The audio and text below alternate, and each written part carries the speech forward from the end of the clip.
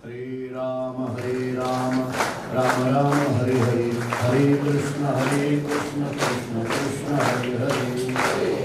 हरे राम राम राम हरे हरे, हरे कृष्ण कृष्ण हरे राम राम हरे हरे, हरे कृष्ण कृष्ण हरे हरे। हरे राम राम राम हरे हरे, हरे कृष्ण कृष्ण कृष्ण हरे हरे।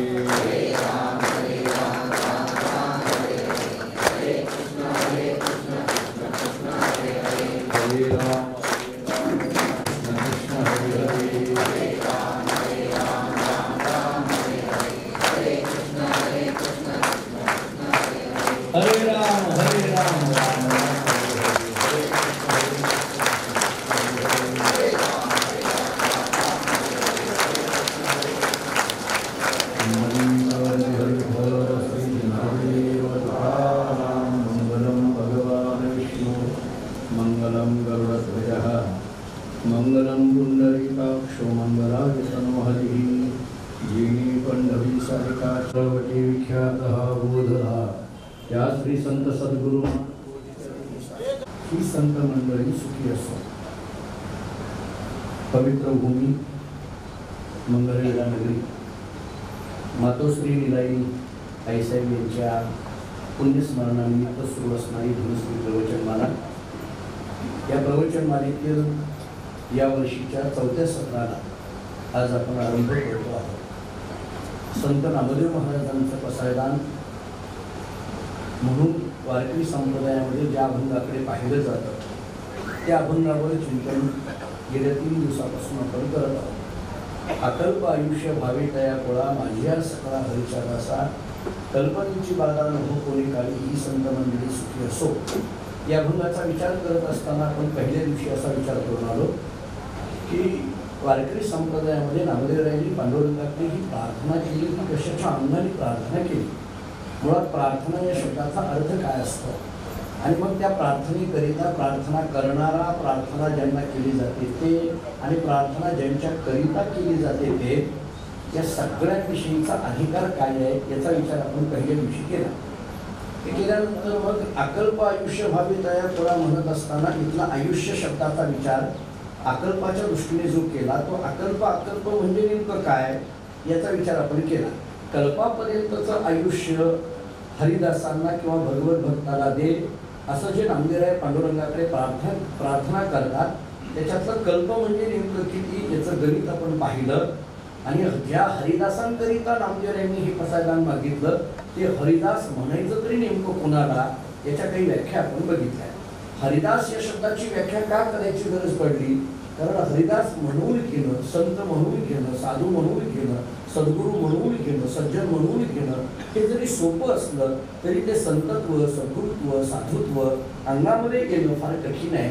आणि म्हणून खऱ्या अर्थाने संत, साधू आणि हरिदास कुणाला म्हणायचं याच्या काही व्याख्या तत्वज्ञानाच्या दृष्टीने आणि समाजशास्त्राच्या दृष्टीने आपण पाहिल्या।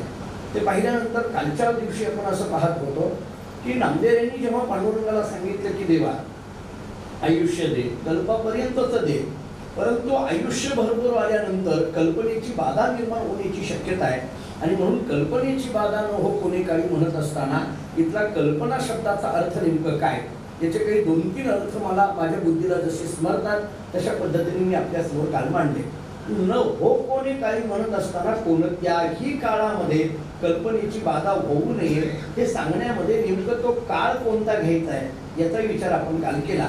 आणि मग सरते शेवटी ही संत मंडळी सुखी असो हे म्हणत असताना ही हा शब्द का वापरला असेल नामदेवरायांनी याचा थोडासा तात्विक विचार आपण काल पाहत होतो। आणि ही शब्द जर नामदेवराय वापरत असतील तर त्या हीला सुद्धा संत वाङ्मयामध्ये किती महत्व आहे, किती अर्थ आहे त्याला याचा विचार आपण केला। आणि मग शेवटी संत मंडळी सुखी असो हे संतांच्या सुखाची भावना 2 पद्धतीने मांडली। एक भावना आपण अशी केली की संत कधी सुखी होतील, जग सुखी तर संत सुखी। त्यामुळे नामदेवराय पांडुरंगाला सांगतात देवा या संतांना सुखी कर, याचा अर्थ तुला जगाला सुखी करावं लागेल, त्याच्याशिवाय संत सुखी होणार नाही। त्यामुळे संतांना सुखी कर म्हणण्याच्या पाठीमागं संपूर्ण विश्वाच्या सुखाची प्रार्थना नामदेव या अभंगातून करतात, म्हणून या अभंगाला पसायदान म्हणा असा विचार आपण काल करत होतो. दुसरा एक विचार आपण असा करत होतो की संतांना सुखी कर म्हणायची काय गरज आहे, कारण संत या शब्दाचाच अर्थ सुख आहे ना, त्याला पुन्हा सुखी कर म्हणण्याची आवश्यकता काय आहे. अहो संत आणि सुख हे दोन शब्द वेगळीकडे राहणारच नाही. जरा पुढे बोलायचं झालं तर जिथं जिथं संत आहे तिथं तिथं सुख आहे, आणि जिथं जिथं सुख आहे तिथं तिथं संत आहे. आणि म्हणून सुख या शब्दाचाच अर्थ नेमकं काय करायचा. आम्ही ज्याला सुख म्हणतो ते सुखीचा विपरीत नाहीये. हे करताना मी काल 3 सुखाचे प्रकार सांगितले होते. एक विषय सुख आहे, दुसरं ब्रह्म सुख आहे, आणि तिसरं भक्ती सुख आहे. जे क्षणिक आहे त्याला विषय सुख म्हणा, जे स्थिर आहे त्याला ब्रह्मसुख म्हणा, आणि जे वाढणारं अखंड आहे त्याला भक्ती सुख म्हणा. नारद भक्ती सूत्र नावाचा एक ग्रंथ आहे, आणि त्याच्यामध्ये नारदांनी भक्तीच्या संबंधाने 84 सूत्र लिहिली आहे. अथा तो भक्ती व्याख्या श्यामहा, इथून सुरुवात झाली ही नारद भक्ती सूत्राची सुरुवात. याच्यामध्ये भक्तीचा सर्व विचार मांडत असताना एके ठिकाणी नारदजी असं सांगतात की भक्ती कशी आहे, प्रतिक्षण वर्धमानम. प्रतिक्षण वर्धमानम या शब्दाचा अर्थ आहे प्रत्येक क्षणाक्षणाला ती वाढणारी आहे. आणि म्हणून मी आपल्याला असं काल बोललो होतो की जे वाढणारं सुख आहे ते भक्ती सुख आहे, आणि जे घटणारं सुख आहे ते विषय सुख आहे किंवा प्रापंचिक सुख म्हणा. या सुखामध्ये घट आहे, या सुखामध्ये क्षीणता आहे, या सुखामध्ये दुःख आहे, किंवा या सुखाचा कधी ना कधीतरी नाश आहे, ते विषय सुख आहे. पण ज्या सुखाचा नाश नाही उलट ते वाढ आहे ते भक्ती सुख आहे. आणि म्हणून हे जे भक्ती सुख आहे ते भक्ती सुख म्हणजेच संत असा अर्थ असल्यामुळे मग पुन्हा या संतांना सुखी कर म्हणण्याची काय गरज आहे. त्याचा आणखीन एक अर्थ असं सांगतो की या संतांना सुखी कर म्हणण्यामध्ये किंवा यांना सुख दे म्हणण्यामध्ये नामदेव यांना आणखीन एक सुचवायचं आहे. देवाला सांगितलं नामदेव यांनी, देवा सुख द्यायचं आहे ना, बाकी कुणाला देऊ नको. कोणाला दे, संतांना. का दे, एक अर्थ आपण बघितला, संतांना सुख दे म्हणजे जगाला सुख दे, मग संत सुखी होतो, हा एक अर्थ झाला. पण दुसरा अर्थ सांगतो, पहिला जरा डोक्यातून बाजूला ठेवा, मी दुसरा अर्थ सांगतो. नामदेव म्हणतात पांडुरंगा तुला द्यायचं आहे ना, यांना दे, दुसरं कोणाला देऊ नको, यांना दे. पांडुरंगाने विचारलं, नामदेवा तुम्ही संतांना सुख दे असं का म्हणता, का त्यांना सुख दे असं म्हणता. नामदेव यांनी सांगितलं संतांचा स्वभाव फार वेगळा आहे. म्हणजे काय वेगळा आहे. नामदेव सांगतात संतांचा स्वभाव असा आहे की आपल्याजवळ जे आहे ते सगळं जगाला देत राहायचं, हा संतांचा स्वभाव आहे. त्यामुळे तुला सुख द्यायचं असेल तर संतांना दे, म्हणजे ते जगाला देतील. बाकीच्याला दिलं तर ते स्वतः भोगतील पण दुसऱ्याला देणार नाही. माणसाचा स्वभाव असा आहे आपल्या जवळचं दुसऱ्याला द्यायचं नाही, पण संतांचा स्वभाव असा आहे आपल्या जवळचं दुसऱ्याला द्यायचं. तुकाराम महाराजांचे शब्द आहेत, सेवितो हा रस वाटितो अनिका, सेवितो हा रस वाटितो अनिका. नामदेवराय बोलतात की देवा सुख द्यायचं आहे संतांना दे, का, कारण त्यांना आलेलं सुख ते जगाला देतील. बाकी जगातल्या कोणत्याही माणसाकडे जर एखादी वस्तू दिली तर तो दुसऱ्याला देईलच, याची शाश्वती नाही. आपल्याकडे असलेलं दुसऱ्याला देत नाही त्याचं नाव माणूस. जरा पुढे बोलायचं झालं तर देत नाही म्हणून हिसकावून घ्यायला लागली, देत नाही त्याचं नाव माणूस. आपल्याकडे असलेलं लोक दुसऱ्याला देत नाही. एका विशिष्ट वयानंतर किंवा एका विशिष्ट वेळेला आपल्याला असं सांगितलं जातं की हे लोकांना देत चला, हे लोकांना देत चला. संत उदार उदार भरले अनंत भंडार. आपल्याजवळ असलेलं जगाला देणारं केवळ आणि केवळ संतत्व या जगामध्ये आहे. आपल्याजवळ असलेलं, जरा पुढे बोलतो, देण्याचा स्वभाव केवळ संतांचा आहे. मी जरा याची थोडीशी विकल्प करतो म्हणजे कळेल. 3 मुद्दे आहे का. काहीतरी घेण्याच्या अपेक्षेने देतो तो माणूस आहे. काहीतरी अगोदरच घेतो आणि मग देतो तो देव आहे. पण काहीही न घेता देत राहतात ते संत आहे. पटलं का बघा. काहीतरी घेण्याच्या अपेक्षेने देतो तो माणूस आहे. माणूस देतो पण काय आहे त्याला अपेक्षा असते. आपण एखाद्याला 100 रुपये दिले तर आपल्याला अपेक्षा असते याने आपल्याला काहीतरी द्यावं. मी याला 100 दिले ना, काहीतरी द्यावं, काहीतरी द्यावं. नाही काही देता आलं तरी मतदान द्यावं, हे 100. जे काही तुमच्याकडे जो रेट असेल तो मला काही त्याच्याशी घेता देणार नाही, फरक असेल. पण आपलं देणं घेण्याच्या अपेक्षेने आपण असे मोकळे देत नाहीयेत, काहीतरी अपेक्षा आहे. भगवंताचं देणं कसं आहे. भगवान म्हणतात मी अगोदर घेतो आणि मग देतो. घेसी तेव्हा देसी ऐसा अससी तू उदार. महाराजांनी वर्णन केलं. नाही नाही, त्या भागवतामध्ये आम्ही ऐकलं, सुदाम नावाचा जो ब्राह्मण आहे, सुदाम नावाचा जो देव आहे, त्या सुदामाला गाव सोन्याचं दिलं म्हणून सांगितलं. भागवताने जरी सांगितलं तरी तुकोबाराय म्हणतात, भागवत जरी हे सांगत असलं गाव सोन्याचा दिला गा, पण मान्य आहे, पण कधी मुष्टीभर पोह्यासाठी. अगोदर पोहे घेतले, कुणीतरी म्हणे राव मुठभरच घेतले. तुकाराम महाराज म्हणतात घेतले ना विषय संपला. मुठभर घेऊन येतो पोतभर घेऊन, त्याचा विषय नाही. घेतले ना, भगवान म्हणतात अगोदर मी घेतो आणि मग देतो. काय काय झालं आतापर्यंत, घेण्याकरिता देतात तो माणूस आहे, घेऊन देतो तो देव आहे, आणि काहीही न घेता देत राहतात ते केवळ संत आहे. संत काहीही न घेता देत राहतात. तुम्ही विचार करा, काय दिलं हो आम्ही ज्ञानेश्वर महाराजांना, काय दिलं आम्ही नामदेव महाराजांना, काय दिलं आम्ही तुकाराम महाराजांना, काय दिलं आम्ही चोखोबारायांना, काय दिलं आम्ही दामाजी पंताला, काय दिलं आम्ही कान्होपात्रेला, सावतामाळी महाराजांना, गोरोबा काकांना, मानकोजी महाराज बोधले यांना काय दिलं आम्ही. तसा विचार केला तर दिलं तर तो केवळ आणि केवळ त्रासच दिला ना. जर विचार केला तर आम्ही चांगलं तर त्यांच्या पदरात काही टाकलं नाही. संन्यासाची पोरं म्हणून हिणवलं त्या ज्ञानोबारायांना. जगद्गुरु तुकोबारायांच्या एवढ्या चांगल्या असणाऱ्या अभंगाच्या वया त्या इंद्रायणीमध्ये उडवून टाकल्या. कधी कधी आश्चर्य असं वाटतं की गाथा इंद्रायणीमध्ये बुडविला. जग आणि संत यांचं वागणं कसं आहे सांगतो आहे का. खरं तर जगाला तारण्याकरता निर्माण झाली ती गाथा, आणि तीच गाथा जगाने मात्र बुडविली. किती विचित्र आहे बघा. खरं तर त्या गाथेचं काम होतं तारायचं. ती गाथा निर्माण केली तुकोबारायांनी तारण्याकरिता, आणि तारण्याकरिता निर्माण केलेली गाथा जगाने मात्र बुडविली. जे तारण्या, जरा पुढे बोलतो, जे तारण्याकरता अवताराला येतात त्याला बुडवायचं काम जग करतं. जगाची ही रीत आहे महाराज. जग चांगल्याला चांगलं म्हणून जगू देत नाही, जग चांगल्याला चांगलं म्हणून राहू देत नाही. कोणत्या ना कोणत्या तरी अंगाने जग चांगल्याला त्रास द्यायला लागतं. जगद्गुरु तुकोबारायांचं चरित्र वाचायला लागलो, तुकोबारायांचं चरित्र वाचायला लागलो, नामदेव महाराजांचं चरित्र वाचायला लागलो, सावतामाळी गोरोबा काकांची चरित्र, ज्ञानोबारायांची चरित्र आम्ही वाचायला लागलो, तर आमच्या लक्षात येतं की जगाने किती त्रास दिला. आम्ही दिलं तर संतांना काहीच नाही, पण संतांनी मात्र आम्हाला मात्र भरभरून दिलं. किती दिलं? 700 वर्ष झालं तरी सरे ना इतकं. 700 वर्ष झाली ना. मी तुकोबारायांचं एक प्रमाण देतो. तुकोबाराय बोलतात, संतांचं दुकान असं आहे, मागं त्याची पुरे, धनी आणि काशी उरे. तुकोबाराय बोलतात संत किती देतात, किती देतात. तुकोबाराय बोलतात धनी आणि काशी उरे, आणि काशी. पण हे उरलंय याचा अर्थ मागणाऱ्याला पुरलंय आणि मग शिल्लक राहिलंय. जे जे कोणी मागणारे दारामध्ये ज्ञानोबाराय तुकोबारायांच्या आले त्यांना तर पुरलं आणि परत उरलं. पुरून उरलं म्हणा की. लोक इतकी गमतीची असतात, मी पुरून उरेल असं म्हणतात. म्हणजे खरं तर हा अर्थ लावायचा आहे कुठं शब्द, आपण लावतो कुठं. संतांकडे लावलेला हा शब्द आहे. पुरलं, मागण्याला मागं त्याची पुरे. जे जे मागणारे आहेत त्यांना तर पूर्ण मिळालंच मिळालं, पण उलट धनी आणि काशी उरे, शिल्लक राहिलं. झाली का ज्ञानेश्वरी संपून गेली असं कुणीतरी म्हटलं का?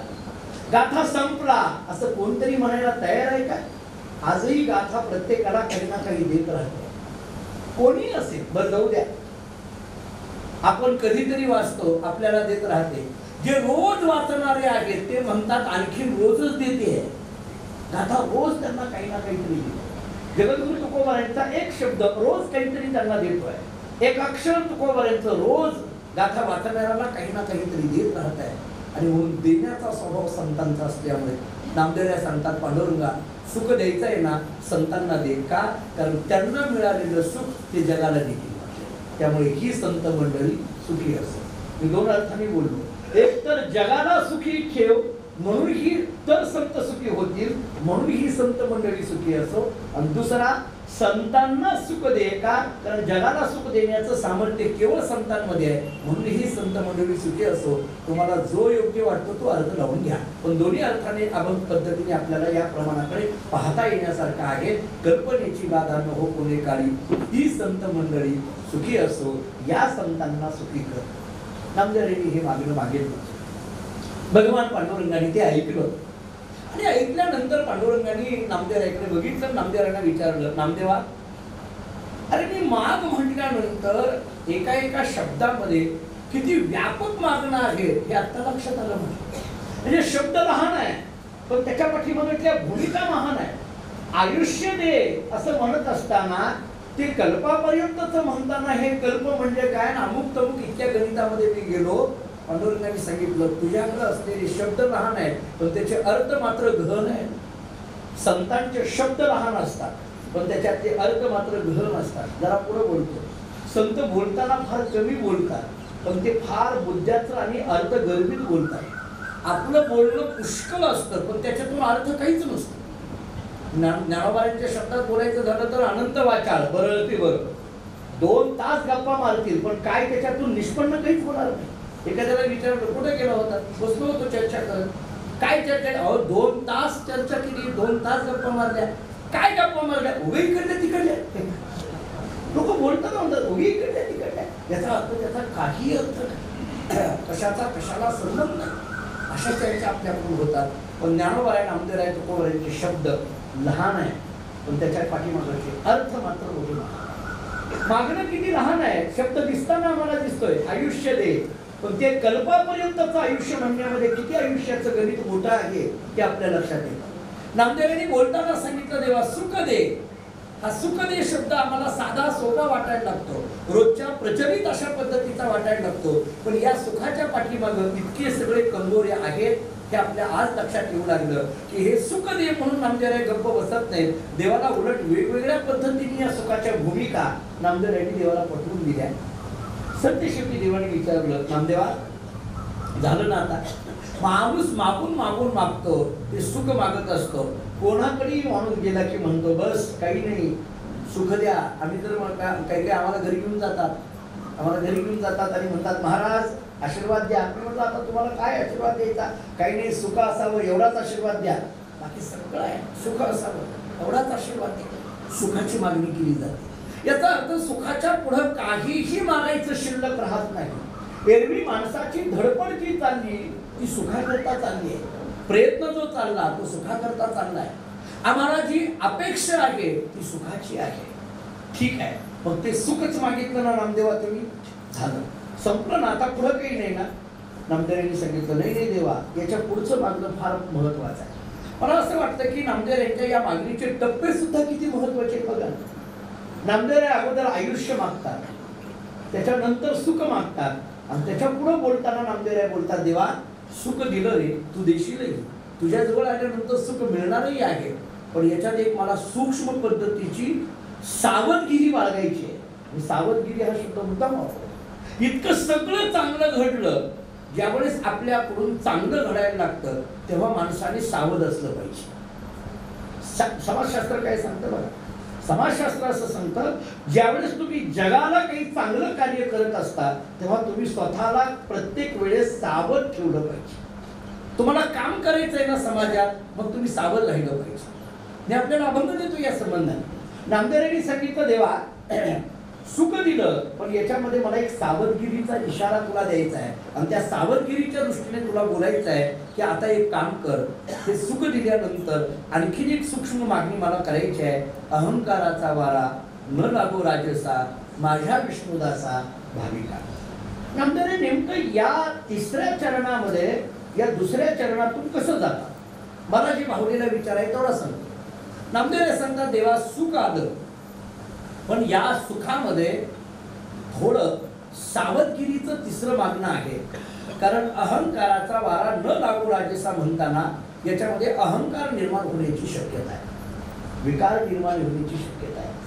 कधी कोणत्या अंगाने विकार येतील सांगता येत नाही, जपावं लागतं, माणसाला स्वतःला सांभाळावं लागतं. तुम्ही जर गाथा वाचत असाल तर घरी गेल्यानंतर तुकोबारायांची गाथा ओढा आणि मी एक अभंग सांगतो तेवढा अभंग पहा.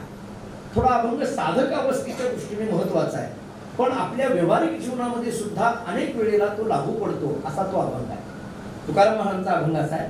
क्षणक्षणा संभाळितो साक्षी होतो आपुला, न घडावी पायी तुटी मने मिटी घातली, विचारतो वचना आधी धरुणी शुद्धी ठेविली, तुका म्हणे मागे भ्यालो तरी झालो जागृत हा बघा जरा कठीण वाटतील शब्द पण मला सांगायचे त्याच्यातला अर्थ. तिसऱ्या चरणाकडे येताना हा अभंग किती महत्वाचा. तुकाराम महाराज सांगतात क्षणक्षणा सांभाळितो साक्षी होतो आपला. माणसाने स्वतःला क्षणक्षणाला सांभाळावं. याचा अर्थ काय प्रत्येक क्षणाला माणसाने सावध असलं पाहिजे. प्रत्येक क्षणाला माणसाने विचार केला पाहिजे. प्रत्येक पाऊल टाकताना माणसाने सावधगिरीने पाऊल टाकलं पाहिजे. तुकाराम महाराज सांगतात या साधक अवस्थेमध्ये किंवा ही जी चाललेली माझी प्रापंचिक अवस्था आहे, महाराज म्हणतात मी स्वतःला फार सांभाळतोय, याच्यात फार सांभाळतोय. कोणीतरी विचारलं महाराज काय सांभाळायची गरज आहे, तुम्ही तर परमार्थ करताय, तुम्ही तर देवदेव करताय, तुम्ही तर नामस्मरण करताय, तुम्ही मग याच्यात काय सांभाळायची गरज आहे. तुकाराम महाराज म्हणतात जरा पुढे बोलू. एखाद्या वेळेस पूर्ण वेळ प्रपंच करणाऱ्यांनी स्वतःला नाही सांभाळलं तरी चालेल, पण परमार्थ करणाऱ्यांनी स्वतःला फार सांभाळलं पाहिजे. माझं बोलणं आहे परमार्थाची भूमिका हे शिवधनुष्य ज्यांनी उचललेलं आहे त्याला फार सांभाळावं लागतं. ज्याला समाजाचं नेतृत्व करायचं आहे आणि लोकांतात राहायचं आहे त्यांनी स्वतःला फार सांभाळावं लागतं. ज्याला रोज समाजाच्या समोर जायचं आहे त्यांनी स्वतःला रोज सांभाळलं पाहिजे. स्वतःकडे थोडं लक्ष दिलं पाहिजे. स्वतःच्या साधनेकडे आणि स्वतःच्या एकंदरीत जीवनशैलीकडे स्वतःकडे बघितलं पाहिजे. का याचं कारण सांगतो. कधी कोणते आमिष माणसाला चिटकतील सांगता येत नाही. ज्यावेळेस आम्ही समाजात वावरत असतो, लोकांतात वावरत असतो, त्यावेळेस अनेक पद्धतीचे आमिष तुमच्या समोर असतात. माझे वडील सांगत असतात आम्हाला लोकेशना, वित्तेशना, दारेशना या कोणत्या ना कोणत्या तरी अंगामध्ये कोणत्या एखाद्या विकारामध्ये मनुष्य गुंतण्याची शक्यता आहे. कधी कोणत्या तरी विषयामध्ये गुंतण्याची शक्यता आहे. पंचविषयाचा विचार सांगितला जातो. तुम्हाला आठवतंय का बघा ज्ञानेश्वरी काय सांगते. शब्द स्पर्श रूप रस गंध या पंचविषयाचा विचार. शब्द नावाचा विषय आहे, स्पर्श नावाचा विषय आहे, रूप नावाचा विषय आहे, रस नावाचा विषय आहे आणि गंध नावाचा विषय आहे. या कोणत्या तरी विषयामध्ये माणूस गुंतण्याची शक्यता आहे. बघा आपण वावरत असताना शब्द नावाचा विषय म्हणजे स्तुती कानावर आपल्या पडते. स्तुती ही स्तुती अशी गमतीची असते, माणसाला गुंतून टाकते. एखाद्याला जर म्हटलं की अहो काय काय प्रवचन तुम्ही करता महाराज, काय बस इतकं चांगलं प्रवचन आम्ही ऐकलंच नाही, असं ज्यावेळेस त्या महाराजांना तुम्ही म्हणता आणि महाराजांनी त्यावेळेस जे वाक्य ऐकलं आणि त्या वाक्यामध्ये महाराज गुंतले की ते महाराज म्हणतात आपल्यासारखा प्रवचन करत. या स्तुतीने अहंकार निर्माण होण्याची शक्यता आहे. हे शब्द जर आम्हाला लावून घेतले अंगाला आमच्या अंतःकरणाला तर त्याच्यामध्ये अहंकार निर्माण होण्याची शक्यता आहे. मला हे सगळं अहंकाराकडे आणायचं आहे. हे कसं लागतं बघा. स्तुतीमध्ये शब्दांचा प्रभाव शब्द नावाच्या विषयामध्ये गुंतला की कुठून तरी एखादा विकार मनामध्ये निर्माण होण्याची शक्यता आहे. अलीकडल्या काळामध्ये माणूस स्तुतीप्रिय आहे. माणसाला स्तुती फार आवडते आहे. त्यात सांगू का माणसाला स्तुती आवडते आणि न केलेलं त्याच्यावर ढकललं की जास्तच आवडते. म्हणजे त्यांनी काही केलेलं नसतं पण हे सगळं यांच्यामुळे झालं असं म्हटलं मग तर तो म्हणतो हा माझा प्रवक्ता आहे. त्याला प्रवक्ता म्हणून टाकतो. स्तुती माणसाला आवडायला मग गंमत सांगतो. मला आता तो पूर्ण श्लोक माझ्या एकदम पाठामध्ये नाहीये पण त्याचा भाव सांगतो. एका सुभाषितकाराने फार गंमत केली. एक सुभाषितकार असं म्हणतो की जी स्तुती आहे ना स्तुती हा स्त्रीलिंगी शब्द आहे. एवढं तर मान्य. स्तुती हा मराठी व्याकरणाच्या दृष्टीने विचार केला तर स्त्रीलिंगी शब्द आहे. आणि मग बोलताना तो सुभाषितकार म्हणतो की जी स्तुती आहे ही स्तुती आणखीनही कुमारिकाच आहे. कुमारिका आहे का नाही म्हटलं हिचं लग्न झालं नाही. या स्तुती नावाचा जो शब्द आहे ना तिचं लग्न झालं नाही. अरे लग्न झालं नाही म्हणून तुम्ही कुमारिका म्हणता. हो म्हटले ती लग्न झालेलं नाही. मग कुणीतरी विचारलं शास्त्रकारांना का लग्न झालं नाही. लग्न न होण्याची दोनच कारणं. एक तर हिनं कोणाला पसंत केलं नाही म्हणून लग्न झालं नाही किंवा हिला कोणी पसंत केलं नाही म्हणून लग्न झालं नाही. लग्न न होण्याची दोनच कारणं असू शकतील. काय झालं काय. का हिला कोणी पसंत पडले नाही म्हणून लग्न झालं नाही, का हिला कोणी पसंत केलं नाही म्हणून लग्न झालं नाही. या स्तुतीचं लग्न आजही समाजामध्ये का झालं नाही. आणखीनही स्तुती कुमारिका आहे असं का म्हणतात. शास्त्रकारांनी सांगितलं त्याचं कारण आहे काही नाही. स्तुतीला जे पसंत पडले त्यांनी स्तुतीला पसंत केलं नाही, स्तुतीला जे पसंत पडले त्यांनी स्तुतीला पसंत केलं नाही, म्हणून तिचं लग्न झालं नाही. बरं ठीक आहे, मग दुसऱ्या अंगाने बघा, हिला कोणी पसंत केले तिच्या बरोबर करावं लग्न. ते म्हटले हिला ज्यांनी पसंत केलं त्यांना हिला ते पसंत नाही, काय करावं म्हटले. हे जे आहे ते हिला पसंत नाही, काय करावं. पण ते घडलंय कसं असतं त्याचं उत्तर देतात. ऐका, स्तुतीनं कोणाला पसंत केलं. जगामध्ये जे सज्जन आहेत, जे संत आहेत, जे साधू आहेत, स्तुती म्हणते की मला ही माणसं पसंत आहे, मला हे सज्जन पसंत आहे, हे साधू पसंत आहे, हे संत पसंत आहे, मग मला त्यांच्याबरोबर राहायचं आहे. पण सज्जन आणि संतांनी सांगितलं तू अजिबात आमच्या जवळ येत नाही, चल, कारण तू आली की अहंकार येतोय, तू चल बाय तुला. ती स्तुती म्हणते नाही नाही मला तुमच्या जवळ राहायचं आहे, माझा उल्लेख फक्त तुमच्या संबंधाने व्हावा. ते सज्जन संत म्हणतात नाही, स्वपूज्यता कानी न ऐकावी, स्वपूज्यता डोळा न देखावी, स्वपूज्यता कानी न ऐकावी. ज्ञानोबा बोलतात, ज्ञानेश्वरी उघडा, आपली पूजा आपल्या डोळ्याने बघू नये ते संतत्व आहे, आपली स्तुती आपल्या कानाने ऐकू नये ते संतत्व आहे, आपली कीर्ती आपल्या कानाने ऐकू नये ते संतत्व आहे. संतांनी सांगितलं नाही तुला आमच्या जवळ राहू द्यायचं, चल निघ. ती स्तुती म्हणते नाही नाही मी तुमच्या जवळ येणार. सज्जनांनी संतांनी तिला हसवून लावलं, झालं, लग्न झालं नाही ना. बरोबर असं आहे का, ठीक आहे. तिला कोणी पसंत केलं त्यांच्याबरोबर जावं तिनं. म्हटले जगातले जेवढे दुर्जन आहेत त्या सगळ्या दुर्जनांनी हिला पसंत केलं, पण ही तिथं राहायला तयार नाही. सगळ्या दुर्जनांना वाटतं की आपल्याकडे स्तुती यावी, आपल्याकडे स्तुती यावी, आपल्याकडे स्तुती यावी, पण स्तुती म्हणते हे मला पसंत नाही. म्हणजे स्तुतीला दुर्जन पसंत नाही म्हणून दुर्जनाचं आणि स्तुतीचं लग्न झालं नाही. स्तुतीला सज्जन पसंत आहे पण सज्जनाला स्तुती पसंत नाही म्हणून सज्जनाचं आणि स्तुतीचं लग्न झालं नाही. एकंदरीत काय, ही स्तुती आजही कुमारिकाच राहिलेली आहे. अशी ही स्तुती, असा हा शब्द नावाचा विषय ज्यावेळेस माणसाच्या अंतःकरणामध्ये येऊ लागतो, त्या शब्दामध्ये माणूस जेव्हा गुंतायला लागतो तेव्हा त्या शब्दाने ज्यावेळेस माणसाचं मन घेरलं जातं तेव्हा नकळतपणे अहंकार निर्माण होण्याची शक्यता आहे. मी आपल्याला ज्ञानेश्वरीतले एक एक उदाहरण देतो, वेळ घेत नाही. ज्ञानेश्वर महाराज सांगतात, शब्द नावाच्या विषयामध्ये कोण गुंतलं? हरिण. हरिण हे शब्द नावाच्या विषयामध्ये गुंतलं. याचं कारण बघा तुम्ही. तो जो हरिण पकडणारा जो कोणी शिकारी असतो तो काय करतो, तो एक पद्धतीचं वाद्य वाजवतो. जंगलामध्ये गेल्यानंतर त्याला बिगुड म्हणतात. ते वाद्य वाजवलं जातं आणि त्या वाद्याचा किंवा त्या वाद्यातला जो ध्वनी आहे तो ध्वनी सर्वात जास्त कोणाला आवडत असेल तर तो हरिण नावाच्या प्राण्याला आवडतो.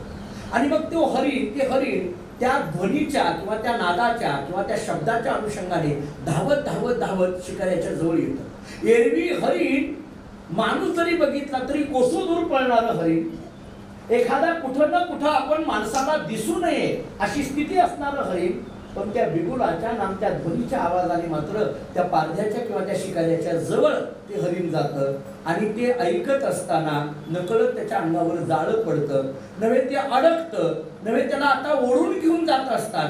तेव्हा तो शिकारी त्याचं वाद्य बंद करतो. तेव्हा ते हरिण म्हणतं, मला तू ओढून घेऊन जा पण वाद्य बंद करू नको. ते जो ध्वनी आहे ना तो बंद करू नको. का? तो ध्वनी मला जास्त आनंद देतोय. त्या ध्वनी नामशब्द या शब्द नावाच्या विषयामध्ये गुंतलं, हरणाला मरावं लागलं. हरिण नावाच्या प्राण्याला शब्द नावाच्या विषयामध्ये गुंतल्यानंतर मरावं लागलं.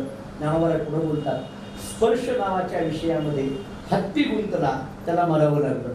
त्या हत्ती पकडण्याची रीत बघा तुम्ही कशी असते. हत्ती पकडण्याची रीत अशी असते म्हणे की त्याला एक नकली हत्ती तयार केली जाते आणि मग त्या हत्तीकडे पाहून तो हत्ती तिला स्पर्श करण्याच्या दृष्टीने ज्यावेळेस येतो आणि मग भला मोठा खड्डा केलेला असतो त्याच्यामध्ये तो हत्ती पडतो. कशाच्या दृष्टीने? त्या हत्तीला स्पर्श करण्याच्या दृष्टीने आलेला असतो. त्याचा अर्थ स्पर्श नावाच्या विषयामध्ये हत्ती गुंतला, त्याला मारावं लागलं. शब्द नावाच्या विषयामध्ये हरिण गुंतला, त्याला मारावं लागलं. स्पर्श नावाच्या विषयामध्ये हत्ती गुंतला, त्याला मारावं लागलं. पुढचा विषय सांगितला रूप. रूप म्हणजे दृष्टी, पाहणं.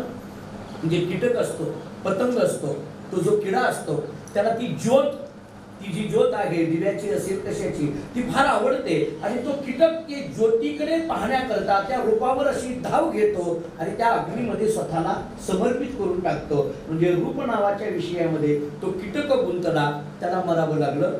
शब्द नावाच्या विषयामध्ये हरिण गुंतला, मरावं लागलं.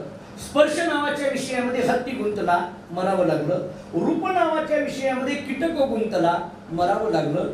रस नावाच्या विषयामध्ये मासा गुंतला, त्याला मरावं लागलं.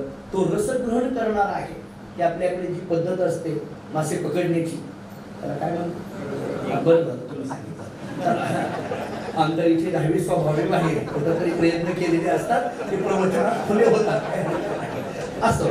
मग ते जी काही प्रयत्न आपले असतात त्याच्यामध्ये ते गळ टाकलेला असतो आणि मग त्या मासा त्या असणाऱ्या खाद्याकडे जातो, त्या रसाकडे जातो, त्याच्यामध्ये गुंततो, त्याला मरावं लागलं. शब्द नावाच्या विषयामध्ये हरिण गुंतला, मरावं लागलं. स्पर्श नावाच्या विषयामध्ये हत्ती गुंतला, मरावं लागलं. रूप नावाच्या विषयामध्ये कीटक गुंतला, मरावं लागलं. रस नावाच्या विषयामध्ये मासा गुंतला, मरावं लागलं. गंध नावाच्या विषयामध्ये भुंगा गुंतला. तो जो भुंग असतो तो कमळामध्ये ज्यावेळेस आतमध्ये येतो आणि त्याचा तो श्वास घेण्याच्या नादामध्ये ते कमळ सायंकाळच्या वेळेला बंद होतं. कमळ सायंकाळच्या वेळेला बंद होतं, पण बंद झाल्यानंतर सुद्धा त्याला त्याची जाणीव नसते. तो श्वास घेण्यामध्ये इतका मग्न झालेला असतो की वरून कमळ बंद झालेला आहे, आपण मरणार आहोत याची सुद्धा त्याला सूद नसते. म्हणजे गंध नावाच्या विषयामध्ये भ्रमर भुंगा गुंतला, त्याला मरावं लागलं. आता पाचही दृष्टी आणखी एकदा ऐका. शब्द नावाच्या विषयामध्ये कोण गुंतलं? हरिण, त्याला मरावं लागलं. स्पर्श नावाच्या विषयामध्ये कोण गुंतलं? हत्ती, त्याला मारावं लागलं. रूप नावाच्या विषयामध्ये कोण गुंतलं? कीटक, त्याला मारावं लागलं. रस नावाच्या विषयामध्ये कोण गुंतला? मासा, त्याला मारावं लागलं. गंध नावाच्या विषयामध्ये कोण गुंतलं? भ्रमर, त्याला मारावं लागलं. एका विषयामध्ये एक एक प्राणी गुंतला, त्याला मारावं लागलं. एका विषयामध्ये एक प्राणी गुंतला, त्याला मारावं लागलं. माझा प्रश्न एकच आहे, पाचही विषयामध्ये माणूस गुंतला त्याचं काय होत असेल? माझा प्रश्न एवढाच आहे.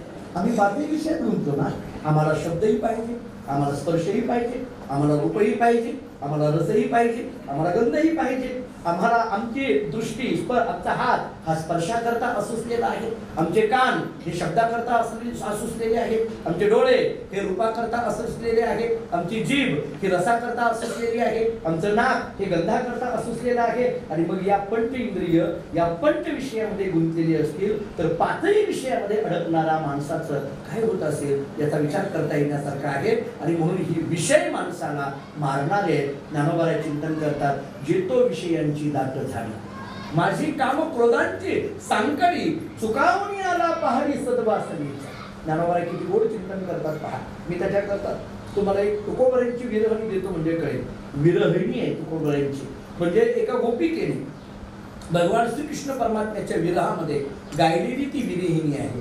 ती गोपिका म्हणते, कान यारे जग जेठी देई भेटी एक वेळा काय मोकळी वनी सावधानी वेळी. ती काय मोकळी वनी इथं मला बोलायचं आहे. ती गवळण किंवा ती गोपिका कृष्णाला हाक मारते, जीवीची या जीवा प्रेम भावाची या भावा तुझं वाचोनी केशवा अनु नावडे जीवी अनुसरलीये अजूनी का नये वेगू आणावा तो सये प्राण माझा. भागवतामध्ये फार गोड चिंतन केलंय असं म्हणतात. भगवान श्रीकृष्ण परमात्म्याच्या रासक्रीडेचं वर्णन करत असताना, ही रासक्रीडा म्हणत असताना याच्यामध्ये नवरसाच्या पलीकडे असलेला जो भक्ती नावाचा रस आहे, त्या भक्ती नावाच्या रसाचं चिंतन केलं जातं. जिवे गौरतीनं अक्षरांचा रस अमृत जय असं फिके पुढे, अशी ती रसभरीत अशा पद्धतीची ती रासक्रीडा आहे.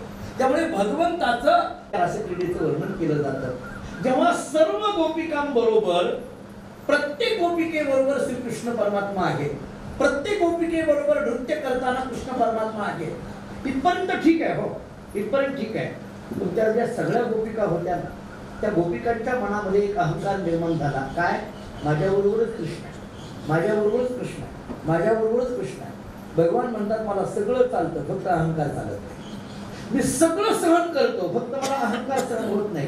प्रत्येक गोपिकाला वाटायला लागलं कृष्ण कोणाकडे नाही, माझ्याकडेच आहे, कृष्ण कोणाकडे नाही, माझ्याकडेच आहे. असा अहंकार झाल्याबरोबर भगवान सगळ्या गोपिकांपासून गुप्त झाले आणि फक्त एकट्या राधेजवळ येऊन थांबले. भागवतामध्ये फार गोड वर्णन आहे. एकट्या राधेजवळ येऊन थांबले.